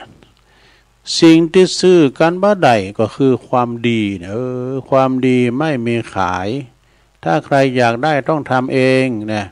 ความดีนี่มันจะมีขายตามกาดห้านกาเนาะยังไม่อยากขายอย่างกะปิน้ำปลาอย่างผักกาดตามกาดตำลีเนี่ยไปทำคุณงามความดีว่าจะไปซื้อพวกกาดไปซื้อความดีนะร้อยนะกี่กิโลมันปิ้นจะได้ปิ้นเชื่อใดก็ลองฟังก่อนศาสดาแต่แถมโดยอันนิทานนะแต่แถมนิทานทำโดยก็ลองฟังก่อนนะสิ่งที่เฮาซื้อกันบ่ได้ก็คือความดีเพิ่นว่านะศาสดาสิ่งที่นี้บ่ได้ก็คือความตายสิ่งที่แทนกันบ่ได้ก็คือเวรกรรมเนี่ยมันเป็นอย่างนี้นะสิ่งที่เฮาซื้อกันบ่ได้ก็คือความดีเนี่ยความดีเนี่ยมันจะว่ามีขายตามกาดตำลีเหมือนผักกาดก้ามสังกาเนี่ยมันใจนะการทำดีเนี่ยก็คือทำโดยตนเองนะทำความดีความดีบ่มีขายถ้าไผขายใดก็ต้องทำความดีทำความดีเนี่ยมีหลายอย่างเนาะเกิดประโยชน์แก่สังคมเป็นคุณเป็นลูกดีๆของพ่อแม่ก็คือทำความดีล่ะมาพอก้อยพ่อแม่เจ็บปินยินอุ่นก็พอก้อยพ่อแม่อันนี้ก็เป็นบุญพระเจ้าคินนะดูนะไปละไปขวางพระเจ้าคินเฮาเวลาเปิ้นมาเจ็บไข้บ่สบายก็สูงห้องยุกห้องยาไปเนาะป้อนข้าวป้อนน้ำเวลาเปิ้นลุ่มหายตายละเฮาก็ตานขันเข่าคือเปิ้นนะอย่างพระพุทธเจ้าเปิ้นนึงได้ตรัสไว้ว่าทิศเบื้องหน้านั่นก็คือมารดาบิดาคือพ่อแม่ของเฮาเนี่ยนะคือบุตรพึงบำรุงด้วยสถาน5คือเปิ้นเล่งเฮามา1เปิ้นเล่งเฮามาก็เล่งเปิ้นตอบ2ทำกิจธุระของเปิ้น3ประพฤติตนเป็นคนดีคนดีเป็นคุณควรรับทรัพย์มรดก4นิ่มสังก็ให้ดื่มหมดแล้วนะ4นี่ก็ทำตัวดีเป็นคน5นี่เอาเลย5เนาะ5นี่ก็เวลาพ่อแม่เฮาลงรับขันไปก่อนตานมันกินมันตานเวลาเปิ้นตายเลี้ยงโดยกายซะนะ ก็คือมันไปอยู่ไปใจเบ้อกันเนาะนะเล่งกายก็คือไปหือเปิ้นหันหน้าตาไปโป้ไปผอก้อยดูแลนะเวลาเปิ้นตายไปแล้วก็ทำบุญตาลคั้นเข่าคั้นน้ำไปฮะเปิ้นเนาะอันนี้ก็คือซื้อกันบ่ได้คือความดีนี้กันบ่ป้นก็คือความตายมันถึงตายเหมือนกันหมดศรัทธาญาติโยมทั้งหลายเปิ้นก็ตายเฮาก็ตายพระสงฆ์องค์เจ้าก็ยังมรณภาพนะเจ้าคุณมุ่นนายก็ตายเหมือนกันหมดเมื่อว่าตายไปแล้วไผเอาหยังไปตัวเติมได้นะมีข่าวกับดำบาปกับบุญหน่อยตัวไปเนาะเขาของเงินทองสมบัติภาษาทานทรัพย์สินสลิงคานตกปินของลูกของหลานเนี่ยที่จะตกปันปุ่นก็อันนี้เนาะเนี่ยคือความตายมันไผถึงหลอดป่นไปได้นะอันความตายชายนาลีนั้นก็หนีไม่พ้นนะอย่างตุลุงจังหวะนะตายเหมือนกันหมดเปิ่นว่าเกิดแก่เจ็บตายสหายปีน้องไผบ่ห่วงของอาลัยสุดแต่องค์พุทธะยังสุดวิสัยดับขันบันไลไปนิพพานเจ้ามนุษย์เดินดินยิงใจหนุ่มเฒ่าอย่าวังโม่เมาลงป่น ความตายเนี่ยเนิ่นนายเนอะนะเปิ่นว่าความตายบ่เว้นพันเนนก็ตายเฒ่าแก่ยิงใจเจ้านายและข่ามหาเศรษฐีผู้ดีมีหน้าแม่แต่คู่บายังเม่น เนาะวัฏฏะสงสารเก่าค้านบ่เพ่นบ่พิษแผกเบาในธรรมตายดีตายให้ยิงใจนะนำจักเอาเงินคำแลกสื่อตึงบ่ได้แลกสื่อตึงบ่ได้อย่าศรัทธาอย่าโยมทั้งหลายเนี่ยอันความตายเนี่ยนะเมื่อถึงข้าวมาถึงตายหมดนะอย่างงั้นที่แม่ที่สันติวนารามจ้ะนะเปิดว่าลุงฮู้จักนะฮู้จักวันนั้นไปช่วยงานเปิ้นยังหันเปิ้นอยู่เนี่ยนะช่วยงานศพของท่านพระครูตุลุงสอนเนาะคุณวัดคุณวาแด่ๆโอ้เปิ้นจะไปก็ง่ายกำเดียวได้ม็อบแมปกำเดียวเฮาฮู้วันเกิดฮู้วันตายลงเอ้ยเนาะความตายนี่มันนึงเหมือนกับมักยุราชเปิ้นว่าเหมือนกับพญาหยังก็นี่เพชรขาดนี่มันอยู่ตั้งหลังเงือดาบตลอดเวลามันจะฟันอมได้หมู่นี่เนาะ เดี๋ยวเรื่องความตายมันก่อนนิทานเรื่องนี้ก็มีทำเรื่องนะลงเด้ออันนี้ก็ป้อมมนต์สัตว์ใดนะเรื่องกัดตุมพีนี่ก็เฮาถ้าว่าไปกัดตุมปีก็เนาะว่าไงกัดตุมปีผู้ทุกข์โดยปุดทุกข์โศกเศร้าถึงลูกที่ตายไปนี่ปอเปิ้นให้หาลูกเปิ้นว่าเปิ้นว่ามีกระตุ้มปีกผู้หนึ่งเนอะไปหายอยู่ในป่าแฮวกูเจ้ากูแรงเสมอไปหายอยู่ป่าแฮวบุญนะอยู่มาวันหนึ่งเนี่ยเพราะว่าลูกเปิ้นตายนะกันมาแรงมาก็ไปหายอยู่ที่ป่าแฮวป่าจ้านะป่าจ้าป่ากำลูกมาเมื่อเจ้าก็ไปหายโอ้ยปอนี่แค่ตึงหาลูกลำเลยลูกไปอยู่ที่ไหนเรามาบอกให้ปอเราโงดหนานะอ้ามใจแรงโงดหนานี่มีแล้วก็มีอยู่หันวันหนึ่ง พระพุทธเจ้าจึงเสด็จไปบ้านกระตุ้มปีกผู้นี้นะเปิ้นหูโดยญาณเปิ้นขายพยานเปิ้นหูเนาะมันโศกเศร้าเงามองลำไปนะมันหายห้ำให้ห้าลูกห้าเต่าถึงวันกระตุ้มปีกผู้นั้นเมื่อว่าพระพุทธเจ้าเสด็จมาในโปรดโอกาสอาราธนาขึ้นบุญบานบุญนะแปลงตีนางตีหยังอันสมควรแล้วก็ถวายพระพุทธเจ้านะแล้วก็ถามนะพระพุทธเจ้าเลยอันตรัสถามว่าเหตุใดเธอจึงมีตุกไปหายอยู่ยังป่าแหวป่าจ้าปุนนี่นะกระตุ้มปีก็ตอบว่าโอ้ข้าพระองค์นี่นึกถึงลูกที่ตายไปพระเจ้าค่ะลูกข้าพระเจ้าเนี่ยลูกข้าพระองค์นี่ตายไปได้เมื่อไหร่กันหลายเดือนหน่อยว่าดูพระพุทธเจ้าจึงตรัสว่านี่เนี่ยอุบาสกเอ้ยนะอย่าไปติดเลยพอความตายนั้นมันจะมีเหมือนกันหมดตัวเก่าก็จะตายแล้วก็ลูกที่จะตายพระจะไปก่อนไปลุนเต่าอ่านเนอะมันจะมีกระเฮาจัดมันจะมีกระคุณหรือจะตายมันกดตั้งตายเกิดเต่าได้กดตายเต่าอ่านนี่กะพระพุทธเจ้าก็เลยทรงแสดงธรรมฟังสัตว์ทั้งปวงนะอยู่ตราบได้มันก็ตายไปอ่านสังขารเนี่ยมันประกอบด้วยธาตุสี่ดินน้ำไฟลมประชุมกันโดยเนืองโดยลมหายใจธาตุใดธาตุหนึ่งขาดไปก็ถึงตายธาตุลมมีเฮาก็มีลมหายใจอย่างนี้กันนะฉะนั้นจุพิจารณาถูกตั้งเด้อสิ่งที่มีความตายนี่เป็นธรรมดาต้องตายไป สิ่งที่บ่มีแตกสิ่งที่มีความแตกก็เป็นธรรมดาก็ต้องแตกไปนะไผบ่ควรโศกเศร้าบัณฑิตทั้งหลายในปางก่อนเปิ้นเกิดว่าสิ่งที่มีความตายเป็นธรรมดานั้นก็ต้องตายไปแล้วนะแล้วสิ่งที่ใดที่มันมีความแตกเป็นธรรมดามันก็แตกไปแล้วกึดอย่างนี้แล้วก็จะบ่โศกเศร้าเหงามองเด้อเวลาบุตรสุติหักของท่านตายไปแล้วนะอุบาสกจึงกราบทูลเนาะว่าโอ้ข้าพเจ้าได้ฟังธรรมะของพระพุทธเจ้าก็เลยปรุงตกเป็นว่าอย่างอี้ดูเปิ้นก่อตายเฮาก่อตายจาติจัลลาพยาธิมรณะเกิดแก่เจ็บตายมาเป็นธรรมดาของสัตว์โลกทั้งหลายนะก็จบไปเรื่องนี้เปิ้นก็จริงหันว่าเนอะสิ่งที่จะแก่ความโศกทุกข์ใดนั้นก็มีแต่นึกถึงถูกนึกถูกตามเหตุตามผลหรือว่าตามคำสอนของพระพุทธเจ้าเท่านั้นนี่จบลงไปอันนี้เรื่องแล้วนะเอาแถมเรื่องหนึ่งสดาเรื่องลิชวีปิดพัดลมไว้ก่อนเนอะพุทโธเสียบตาเหรอในคราวหนึ่งเนอะมีวันเดือนมหรสพประจำปีโปโตเปิ้นมีมหรสพประจำปีมีตึงอีเก้มีดึงอย่างทุกสิ่งทุกอย่างกันเนาะพวกกษัตริย์ลิชวีก็แต่งโตโดยเครื่องแต่งอย่างตัว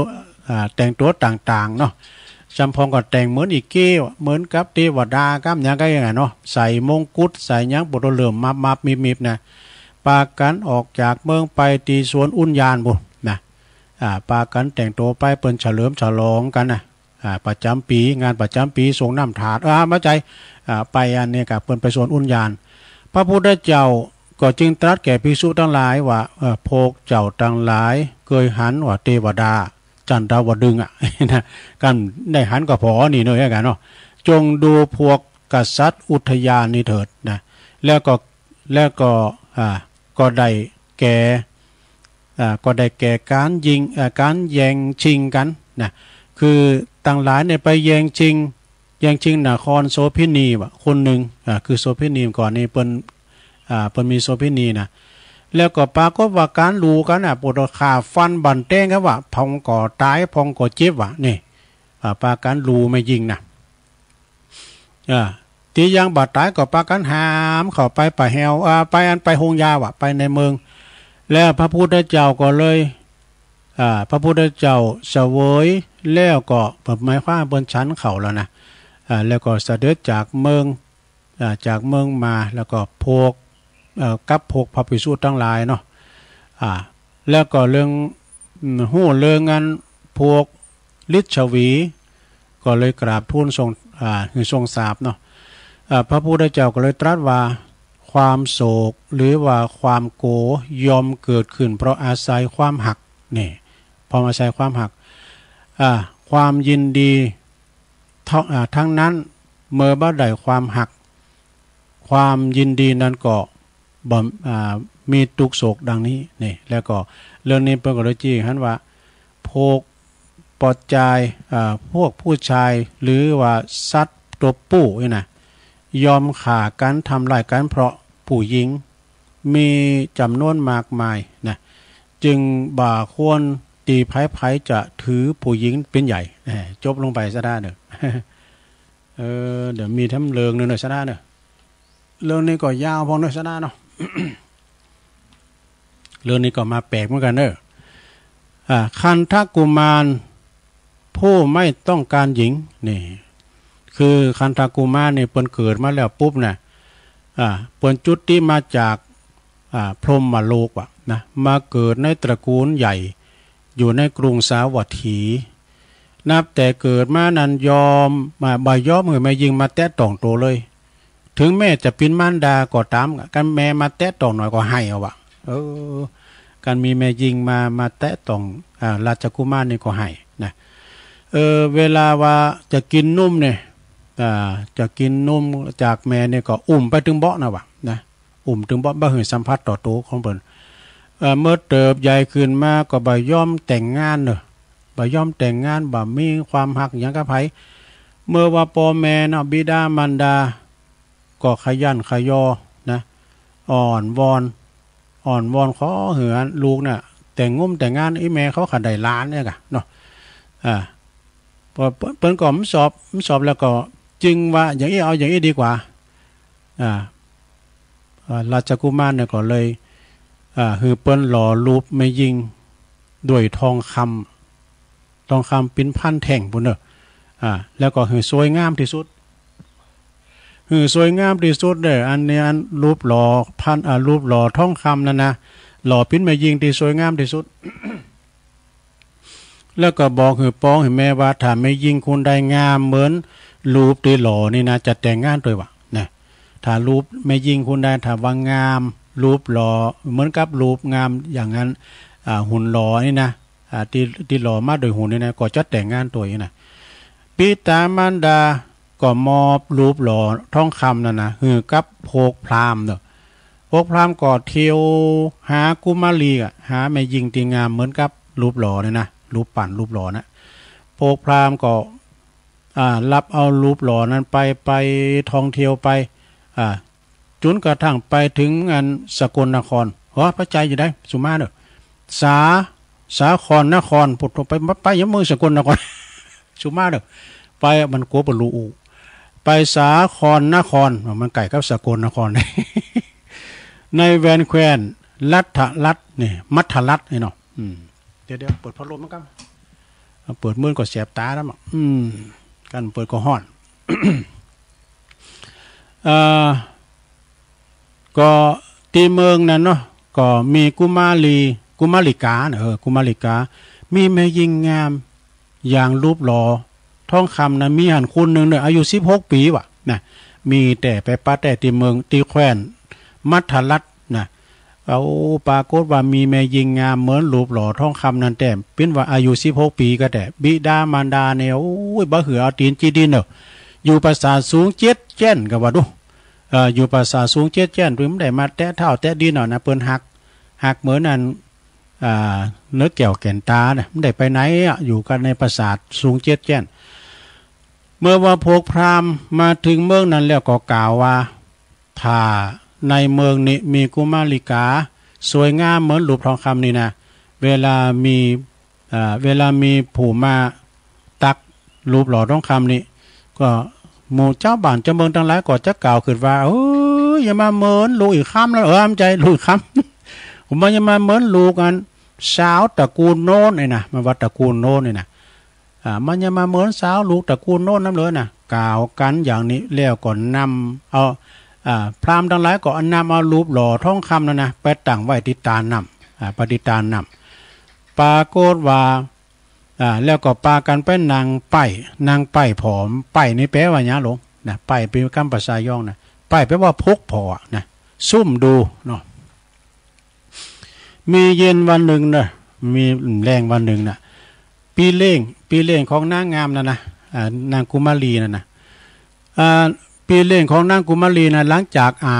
บน้ำของกุมารีตีพระศาสตร์เรียบร้อยแล้วนะก็กุมารีพระปีเล่งนั้นก็ลุงมาเนาะจะไปตีตาน้ำพระพร้อมกับบริวารนะจะไปอาบน้ำตีตาน้ำก็มาหันรูปหล่ออันนั้นก็เข้าใจว่าเข้าใจว่าเป็นกุมารีนั้นว่ะจึงกล่าวว่าเจ้าก็อาบน้ำอยู่บนสวรรค์แจ้น7ปราสาทแจ้น7ปุ่นนี้ทำไมมาถึงนี่ก่อนเฮาจั่นอีวะนะแล้วก็ไปตบไหลวะไปเหมาะไหลอันนี้ใจเนี่ยมาเป็นรูปหล่อทองคำดูนี่นะพระมาละวันนี้นะพวกพราหมณ์ก็ออกกันมาจากตีซอนโตเนาะแล้วก็มาถามกุมารีถามอันปีเล่งว่านางกุมารีเจ้านายของเธอนะอยู่ที่ไหนเพราะอยู่ปราสาทสูง7 จ้านพวกเนี้ยนะก็เลยปากันไปตีปราสาทเนาะไปขอใดแล้วก็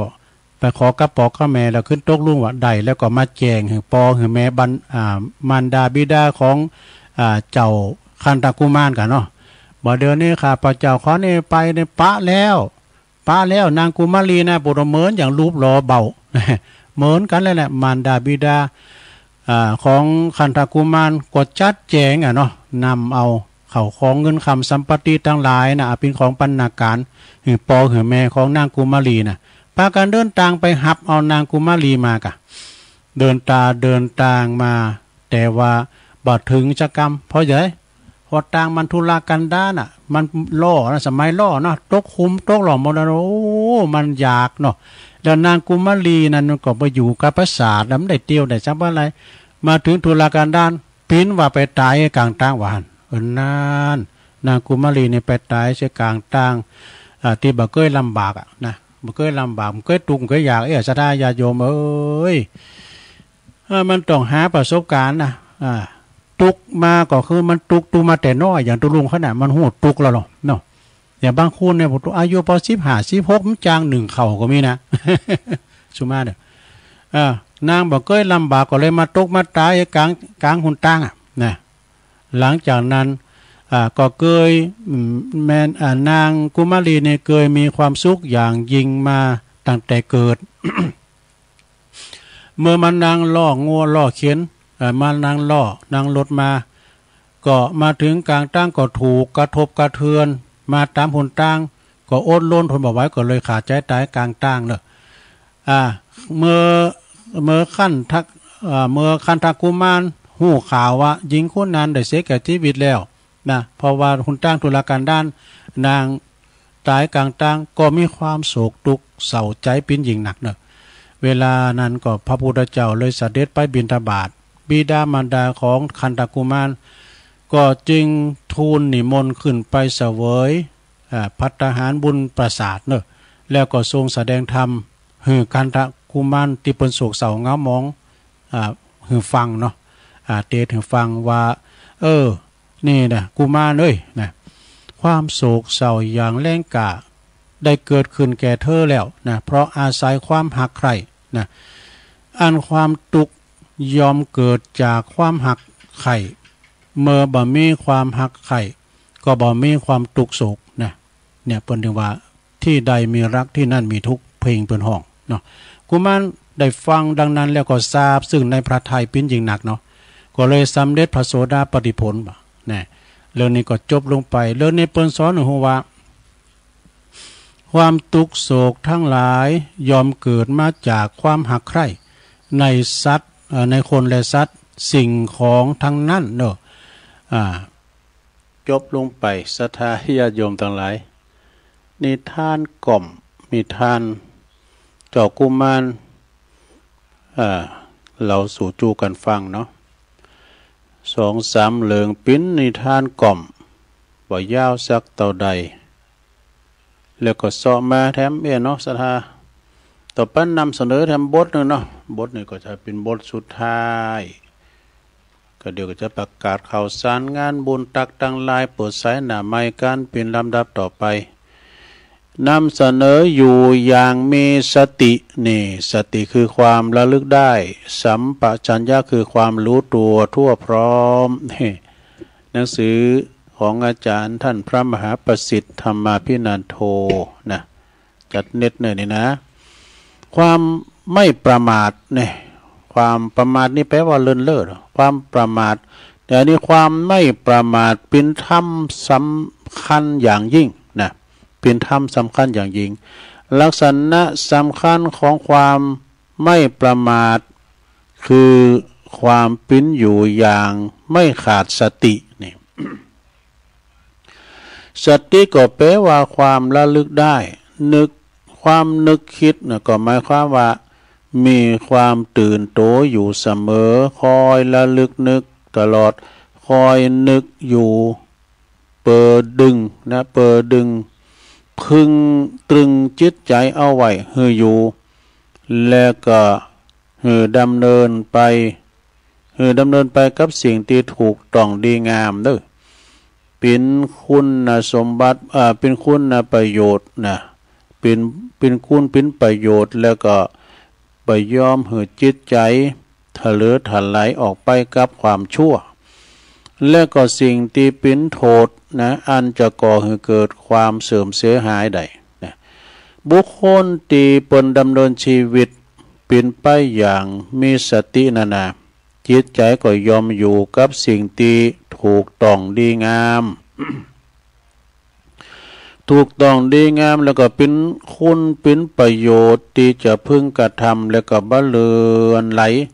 ทลายไปสิ่งที่เสียหายเสริมซ้ำเนี่ยแล้วก็ความชั่วร้ายทั้งหลายเพราะสติกำกับจิตใจไว้กับความดีงามนี่แล้วก็แปลว่าแล้วก็กีดกันจิตใจออกไปจากความชั่วซามเสียหายเนี่ยมันก็ไกลจากความเสื่อมเสียนะบุคคลผู้เป็นอยู่อย่างไม่ขาดสติก็คือมีสติคอยกำกับจิตใจในการดำเนินชีวิตอย่างนี้เรียกได้ว่าเป็นผู้ไม่ประมาทความไม่ประมาทจึงหมายถึงความไม่ละเลยนะความไม่เลินเล่อไม่ละเลยไม่ทอดทิ้งบ่นอนใจบ่ปล่อยโตปล่อยใจปล่อยเวลานะมันเฉยช้าเนาะมันเฉยช้าแล้วก็ผิดเพี้ยนตลอดจนถึงบหลงละเลงโมเมาโดยเฉพาะก็มีการกระตือรือร้นใส่ใจขนขวายตื่นตัวอยู่เสมอบ่ปล่อยโตปล่อยใจหือตกหรือถันล้ำไปต่างตีเสื่อมเสียหายได้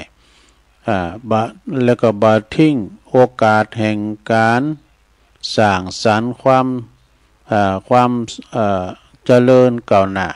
งอกงามดีนี่จบลงไปซะละแถมบทหนึ่งเนาะซะละนะปากกาตกปรุมมีแถมบทหนึ่งศรัทธาญาติโยมทั้งหลายบทนี้เปิ้นก็บอกว่าเป็นปราชญ์ผู้ให้ความสุขยอมได้รับความสุขนี่พระพุทธเจ้าพระพุทธศาสนาเพิ่นสอนให้ว่าทำดีก็จักได้ดีทำชั่วก็จักได้ชั่วเพราะมีความเชื่อว่าสิ่งได้สิ่งหนึ่งสิ่งนั้นน่ะคุณให้ความสุขแก่ผู้อื่นนะคนให้ความสุขแก่ผู้อื่นก็ย่อมได้รับความสุขเป็นการตอบแทนเช่นเดียวกันนี่สะแล้วก็คนทุกคนในยอมต้องการความสุขบ่มีไผที่จะต้องการความทุกข์นะก็แค่ได้ความสุขละทุกข์หมดเลยแม้บ่ได้ความไผบ่ใครได้ทุกข์เลยแม้แต่คนเดียวแม้แต่สักคนเดียวแต่ก่อนในชีวิตของคุณน่ะก็จะหลีกเลี่ยงความทุกข์ให้บ่พ้นบางคนน่ะแม้จะต้องการความสุขแต่ก็เพราะว่าหาความสุขบ่ถูกวิธีจึงกับต้องได้รับความทุกข์นี่ บางพองก็ทุกข์มีความสุขอยู่บนนั้นคนอื่นด้วยนะเนาะความสุขอยู่บนหลังคนเนี่ยทำนาบนหลังคนเนี่ยเนาะเมื่อว่าตนใดอยากได้สุขเนาะเฮาค่ะได้สุขแล้วก็พยายามให้ความสุขแก่ผู้อื่นก่อนแน่คนอื่นสุขเฮาก็สุขเองกันเนาะคนเฮาจะมีความสุขอยู่เพียงคนเดียวโดยที่คนอื่นๆมีความทุกข์นั้นย่อมเป็นไปได้ยากเนาะเพราะว่าคนเฮาต้องอยู่ด้วยกันรวมกันถ้าว่าจะมีความสุขเฮาก็จะต้องมีความสุขด้วยกันก็คือต้องช่วยกันให้มีความสุขนี่สุขด้วยทุกข์ด้วยเนาะแล้วก็ฮู้จักให้ความสุขโดยการทำดีนะโดยการทำดีความดีนะก็ยอมจะอำนวยสุขให้แก่เฮาได้ทุกคนแน่จบไปตามบทหนึ่งเนาะศรัทธาญาติโยมจบไปตามบทหนึ่งบทนี้เดี๋ยวจะยาวไปก็เอาให้ตีก่อนเนาะก็เดี๋ยวจะประกาศข่าวสารงานบุญครูบาอาจารย์นี่กันนะศรัทธาเนาะอันนี้วันดีก่อนขอบคุณหนังสือเนาะหนังสือธรรมจากอาจารย์ท่านพระมหาประสิทธิ์ธรรมาภินันโท ปริญธรรม8 ประโยคนะ8 ประโยคนะแล้วก็เป็นพระอุปชาโดยวัดจ่างกำแต่ว่านี่ก็ของพ่อครูซีโนนแก้วสุกเนอะแต่ว่าน่ะลืมเอ่ยชื่อเพิ่นไป ก็มีหลายเนาะสะดาการเอ่ยไปก็เฮาก็เอาชื่อเพิ่นออกของอากะตั้งพ่อครูซีโนนแก้วสุกนี่ก็เป็นปูชนียบุคคล90 ปลายแล้วนะพ่อครูนะวันนั้นไปช่วยงานประเวณีก็เนาะส่งน้ำพระธาตุที่วัดดงนิมิตเปิ้นยังมาอยู่ด้วยเอาหนังสือมาหือนะ ไปที่พูดบ้านพ่อเสียวซับพ่อเสียวไส้เขาฟังก็อยู่ก้าพ่อเสียวไส้กำลังใจดูตลอดเลยขอสุขภาพแข็งแรงเนี่ยเปิ้นได้ปันป้อนตุลุงกูเตอร์พ่อเสียวไส้เหล็กกันทาพ่อเสียวซับพ่อเหล็กท้าเขาเนี่ยปวดประดับปูนโลตั้งพอลามเซียนวิเชียนเขาอ่ะ พอลามมาก็ดังนั้นก็คานองโบฟังอยู่ก้าอันนี้เปิ้นเยนาดอกเยนาเข่าสาร เยนาปลูกเข่าพอลามเซียนนี่นะพระหลวงบุญส่งปัญญาพัฒน์ครับปุ่นนะโอ้ปีนี้พระเจ้าเข่ากำเนอปุ่นวัดห้องหาหลวงปุ่นนะท่านปลัดท่านพระปลัดเขานะพระเจ้าเข่ากำดอกตำบุญตาตุ่มนี่เปิ้นตกปุ่นที่วัดหยังวัดห้องหาหลวงปุ่นนะพระปลัดปุ่นนะพอเลี้ยงอาจก็ขนาดอาจอันหูจักกันอยู่ก้าพอเลี้ยงอาจนี่ครับรถบ้านห้องลีเนี่ยลีลำพูนกัน ตำบุญตาตุ่มนี่ก็พระครูสุคนทศิลวิมลนะเนาะเจ้าคณะตำบุญเนี่ยเปิ้นกำหนดว่าจะเข้ากำหาถึง10 ธันวาคมก่อนนะปลายปีเอาละต่อไปประกาศข่าวสารงานบุญศรัทธาญาติโยมทั้งหลายวันนี้ก็เปิ้นจะมีการสืบชะตาในพระเดชพระคุณหลวงพ่อพระคุณนิวิตศิลสังวรอันเป็นอธิบดีสงฆ์ในอำเภอเวียงป่าเป้าเปิ้นนะหลวงปู่ร้อยเปิ้นซุมฟังตุลุงเปิ้นฟังทางเน็ตหลวงปู่ท่านพระครูปฏิภาณธรรมทินนะก็เพื่อจะสืบชะตากันว่าเนี่ยไปละแวกไก่เคียงก็ดีคณะคืนสีขาวปอหน่อยปนนั้นปอจานลำวัดอยู่ไก่เคียงก็ไปนะในเมตตาบารมีธรรมเพื่อจะปัดเคาะล้อนน้ำกำลังใจหลวงพ่อมีความสุขเนาะปราศจากทุกโศกโรคภัยในนามของคืนสีขาวเปิดก็จะไปกันตูลุงแดงเนี่ยเปิดก็แป้งเคืองหมดเคืองหยางตุเคืองสื่อโพลาจาตาก็เปิดคลองบันไดในดูปัดเคาะเลาะน้ำกัสังกาฉะนั้นก็คณะสงฆ์เนอะอำเภอเวียงป่าเป้าจะไปประกันตีวัดห้างต่ำหลวงพ่อเปิ่นจะได้สืบชะตาอายุวัฒนมงคลเนาะการกรุงรุ่งเรืองเจริญ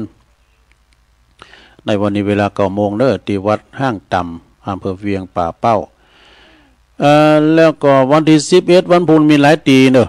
11วันพุธนี่ก็งานบุญประจำปีกฐินนะที่วัดพระพุทธบาทอุดมนะบ่อสาวาก็ตกวันเสาร์เหมือนกันเนอะที่ต่างแห่งสถานีนะพระพุทธบาทอุดมนะบ่อสาวาวันที่11วันเสาร์พุธนี่นะในเมตตาธรรมหลวงพ่อพระครูสุจิตานุรักษ์ด็อกเตอร์หลวงพ่อเจ้าคณะอำเภอฝางเนาะที่วัดพระบาทอุดมกรมภูกเจริญเนอะแล้วก็ที่วัดทุ่งโป่งนะวันที่11วันพุธเหมือนกันนะในเมตตาธรรมอาจารย์ท่านพระมหาสมชาติชาตปัญโยปินวัดบ้านเกิดเปิ้นเนอะเปิ้นจะแปลงศาลาสุสานปัจจาโดยนะสถา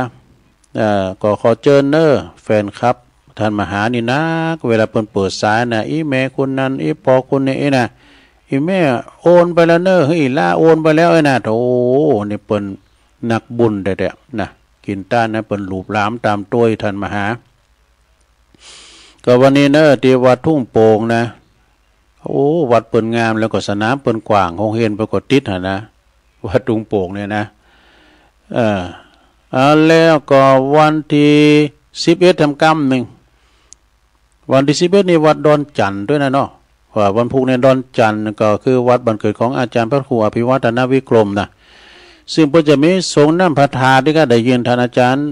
พระอาจารย์เน้นหลักเปิ้นประกาศอาจารย์เน้นหลักก็จะไปเด้อพี่น้องเด้อ ปักกะหารเด้อน้องเจเจก็จะไปเนี่ยตีวัดดอนจันทร์ปาดจันทร์นะไปตีวัดของอาจารย์ท่านพระครูปลัดณัฐพงศ์ครูบาดีดเขานี่ตุลุงทอนเขาแต่ตุลุงได้ไปนี่ตุลุงก็มาซุบจับตีวัดม่อนห้วยแก้วก็วันเดียวกันอำพูกันนะวัดม่อนห้วยแก้วนี่ก็ในเมตตาธรรมพระครูกัลยาณปราโมทอาจารย์สมหวังวันผู้ปจะตอดกฐินนะปจะแห่จากนาศาลาไปตีวิหารหลวงเด้อศรัทธาเด้อใครอยู่ละแวกไก่เคียงก็ไปเนาะอันติหันนี่เปิ้นปิ้นตีอบรมค่ายพุทธบุตรต่างๆนี่เปิ้นมีแพ้วหมอมีแพ้วโตหลายที่เปิ้นมาเข้าขายก็หั่นน่ะเพราะว่าวิทยากรก็พร้อม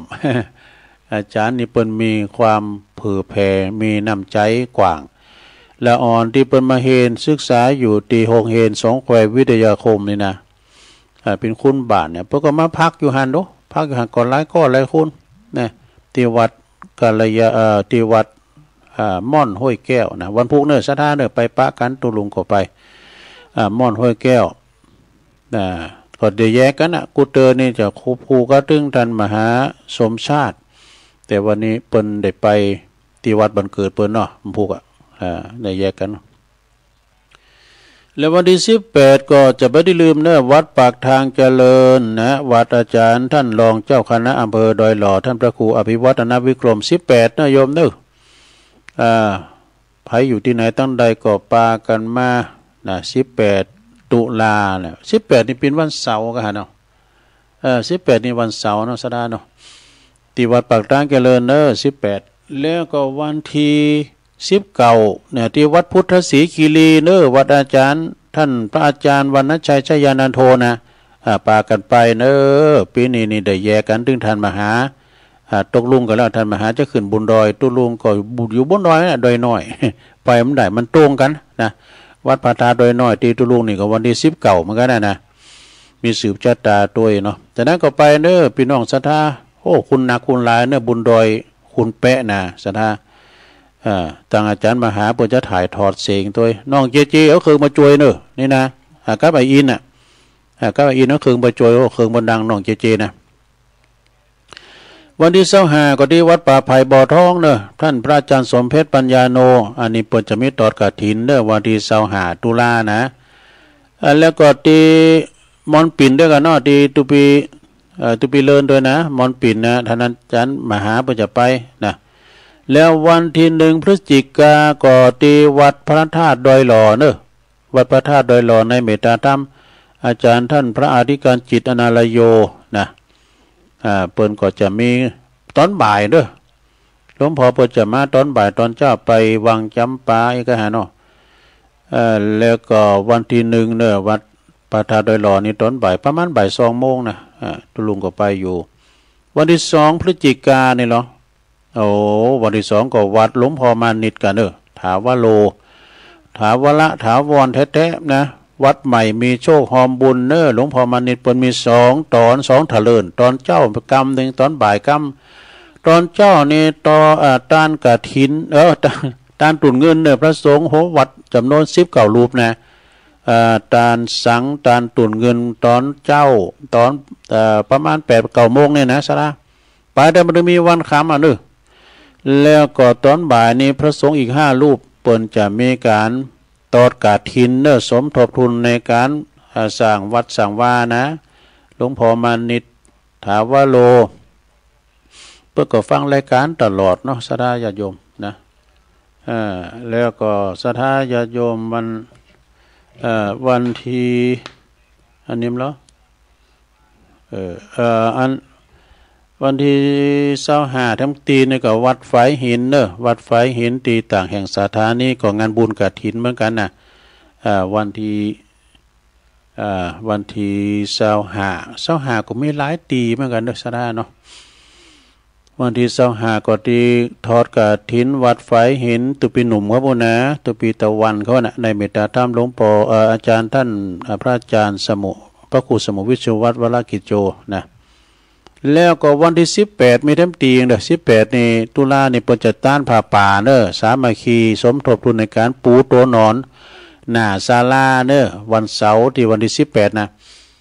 ก็ที่วัดใหม่พัฒนาเด้อวัดของอาจารย์ท่านพระครูสถาพรพัฒนารังสีอันเป็นเจ้าคณะตำบลยางครามเด้อจะมีกันในวันที่18นะเวลาบ่าย4โมงแรงพระเจ้าหับพิเจ้าภาพตารางเมตรละ200 บาทก็ติดต่อสอบถามได้เด้อตีวัดใหม่พัฒนาวันที่18ตอนบ่าย4โมงเด้อตอดผ่าป่าสามัคคีสมทบทุนในการปูโต๊ะนอนหน้าศาลาเนาะแล้ววันที่3ที่4พฤศจิกายนนี่ก็ก่อนร้อยกระทง1วัน3-4 พฤษภาคมเพื่อจะตั้งทำหลวงเตรียมทำมหาจารย์วิษณุชาดกเนาะที่วัดกู่ไร่มือนะศรีสายมูลเนี่ยคณะสงฆ์เปิ้นมีกูปีเนาะที่วัดจังตำบลยางคามนะปีนี้ตกอยู่ที่วัดกู่ลายมือศรีสายมูลในเมตตาธรรมท่านพระครูสุทธิกิตยาภรณ์เลขาเจ้าคณะอำเภอดอยหล่อเจ้าวัดกู่ลายมือเนาะ3-4 พฤษภาพฤศจิกาเนาะตุลุงก็จะไปช่วยงานด้วยนะแล้วก็ทีมเจ้านั้นว่าไปแล้วเนาะวัดอันนี้กะวัดวัดห้องจ้างเปิ้นจะมีเขากำ5 ถึง 10ธันวาปลายปีเดือนธันวาหมดนะเปิ้นก็จะมีงานปลายปีพุ่นที่วัดท่านพระปลัดเปิ้นก็ติดต่อมาตุลุงทำติดที่ไหนในตำบลแล้วก็จะไปช่วยเนาะที่วัดห้องจ้างอันนี้อันศรัทธาญาติโยมเด็กกันเนอใจอันนี้อันที่วันที่13น่ะที่เปิ้นประชุมกันคืนแล้วนะศรัทธาเปิ้นจะมีกิจกรรมเนอะที่บนดอยอินทนนท์นะศรัทธาเปิ้นจะมีกิจกรรมเนอะก็ไปพระจะไปรวมก็ไปนะศรัทธาที่เปิ้นออกรายการคืนแล้วเนี่ยตุลุงก็ลืมไปแล้วเนี่ยจดไว้เหมือนกันนะในมือถือนะพระไม่ได้ไปแอวก็ไปแอวเนอะที่บนดอยอินทนนท์เนี่ยโอ้เดี๋ยวนี้เปิ้นนี่แล้วเนี่ยอันศรัทธาญาติโยมก็เปิ้นก็จะมีงานจดหมายข่าวประชาสัมพันธ์13ตุลาวันนวมินทร์มหาราชเนอะศรัทธาที่บุญดอยอินทนนท์นะ13ตุลานี่นะศรัทธาญาติโยมก็ปากันไปแต่คืนแล้วนี่ท่านพระอาจารย์ปลัดบดินทร์หรือว่าอาจารย์เบิ้มพร้อมโดยทางท่านพระครูกัลยาณปราโมทย์ท่านพระครูอภิวัฒนวิกรมเพื่อก็มาออกรายการเจ้าหน้าที่ทหารด้วยเนาะก็ขอเชิญรวมพิธีน้อมรำลึกนึกถึงในพระมหากรุณาธิคุณขององค์พระบาทสมเด็จพระบาทสมเด็จพระบรมราชพระบรมชนกาธิเบศรนี่ก็ฮะเนาะพระภูมิพลอดุลยเดชนะศรัทธาร9เป็นวันนวมินทร์มหาราชเด้อหน้าที่พระธาตุบนดอยอินทนนท์นะเพิ่นก็จะเริ่มตั้งแต่เวลา 13 นาฬิกาอินะประมาณนะเฮาก็ไปเพื่อว่าหอเข้าไปด้วยเนยนะทั้งมีตึงตังผู้ว่าราชการเพื่อก็มาเปิดงานด้วยเนาะอันนี้ก็จะประกาศบอกเอิ้นเชิญชวนด้วยเนาะศรัทธาเอาละศรัทธาญาติโยมทั้งหลายขาดตกบกพร่องไปก่อนผู้ก็ค่อยว่ากันนำเนาะผู้ก็ยังมีทำว่านหนึ่งนะตักตั้งหลายก็จะมีกลุ่มขึ้นสีขาวก็ดีโอ้พระครูนันลงยานวิโลอยู่ปุ้นทุ่งพึ่งอำเภอทุ่งช้างจังหวัดน่านก็ตักมาตั้งลายแล้วก็แม่หลวงสายฝนจันคุณนะหลายปิ้ง ก็ฟังอยู่เนอะนะโยมนวลนิชาวชาติก็ฟังอยู่เจ้า แล้วก็โยมยุพินหอมอาลาปีหน่อยก็ฟังจากฟ้าหินชัดเจนดีแม่โยกอื่นไปดังยายซิวเด้อยายซิวโยมจากน้อง โดยน้อยพัฒนาตำบลหนองหานอำเภอสันทรายก็ฟังอยู่ตลอดแล้วก็มี ยงยุทธมณีวันยงยุทธมณีวันนี่อยู่ปุ้นบ่อแห้วลำปางบ้านจงการทวงปีไอไตโหจากน้ำดิบเหนือฟังอยู่เนอตุลุงไอ้น่ะ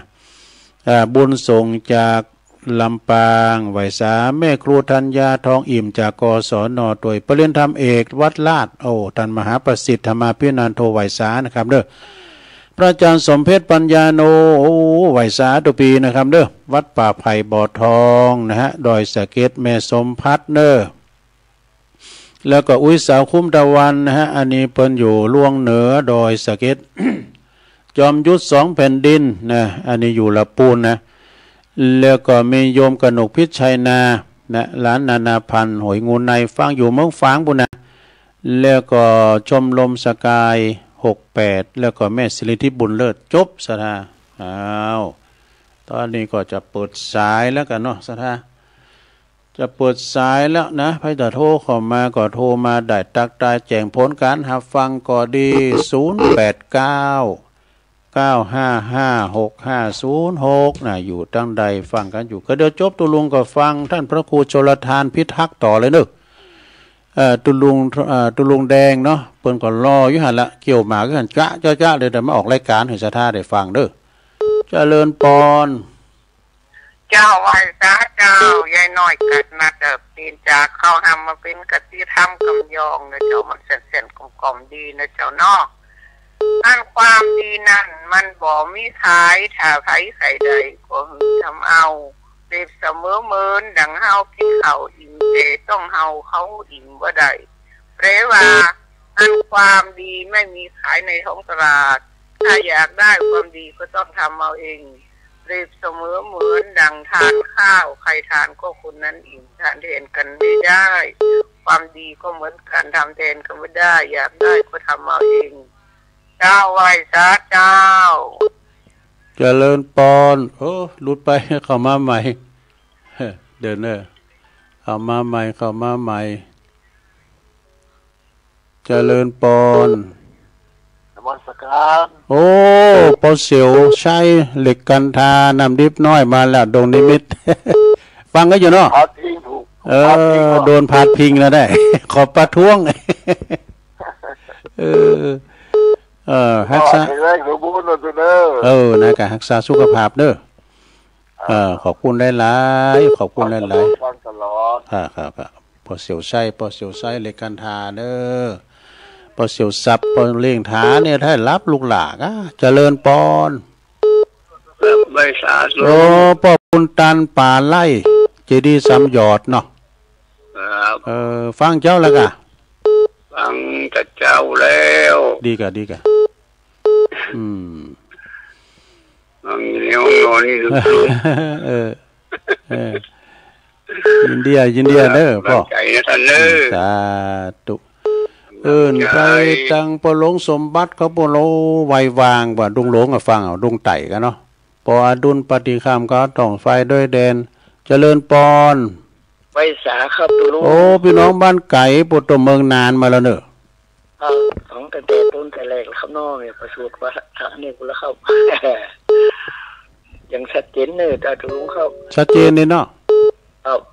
ฟังเทศฟังเราเรียนเอาแล้วมีสาระประโยชน์นั่งหนาครับน้องครับพี่น้องนั่งใจสนใจเขากันดีแล้วฟังไปติ๊กผูกก็มาอยู่ยินดีปนนั้นหนักเด้อพิมพ์บัวไก่เนาะครับน้องนั่นกับหลังใจให้ตัวทั้งสี่ครับไม่โอ้นะลุงครับเทศยังชัดเจนเลยลุงอยู่ดีมีสุขต่อไปนะครับเดี๋ยวเป็นหัวลมสาธุไปครับพักษาความดีให้ตัวลุงไปดังปน้อยบุญปันก็เลยเนอะฟังกันอยู่ปน้อยบุญปันเข้ามาใหม่มโนครทางเมืองฝางแล้วก็อันตังป้อนนานสายยันโดยเนอะยางเนิ้งสลับปีฟังอยู่ก้าเจริญปอนกราบนมัสการหลวงพ่อมานิดทัดถึงป้อนนานเมืองนานนะมันต้องจับรีก่อนป้อนนานประเสริฐดินนะแน่ได้จังหวะพอดีจิ้มปุ๊บติดป๊อกคุณไทยได้ทำห้องกันอยู่เนาะ ตุลุงยองก็เดี๋ยวก็จะฟังท่านพระครูแดงเนอะเราเกี่ยวหมากถ่ายแล้วเนาะเกี่ยวหมากจ้าจ้าเลยผมตับหมากทำมาอ่านแฮมถ้าเอาตัวเนาะถ้าหนาวอย่างนี้นะจะแพ้อากาศเนาะความจริงก็จะโยเท่าแกบุกบันเรื่องการเรื่องงานไปจนชนิดด้วยแทบจะไม่ได้พักคือผมฟังว่านอนสักพักนะถ้ากระดูกเขาตีจะรู้เขามาว่าโอ้เป็นคงคักคุณหมันมันเป็นคนมันคนขยันปฏิบัติหน้าที่กับพระครูจันเอกเนาะเพราะเป็นที่นับถือของพงการของเขาเนอะนี่นะอันตลุงแดงนี่นะเตกะหาเลือกหาใจหาวันเลือกดียามดีจะแปลงวิหารต้านสลาเนี่ยเอาตลุงแดงว่าก่อนนักปราชญ์ด้วยกันนี่นักปราชญ์ไม่ตลุงแดงเปิดสายห้องกะถ้าทาบนมันไม่ได้ตลุงแดงได้การเปิดสายด้วยเนอะ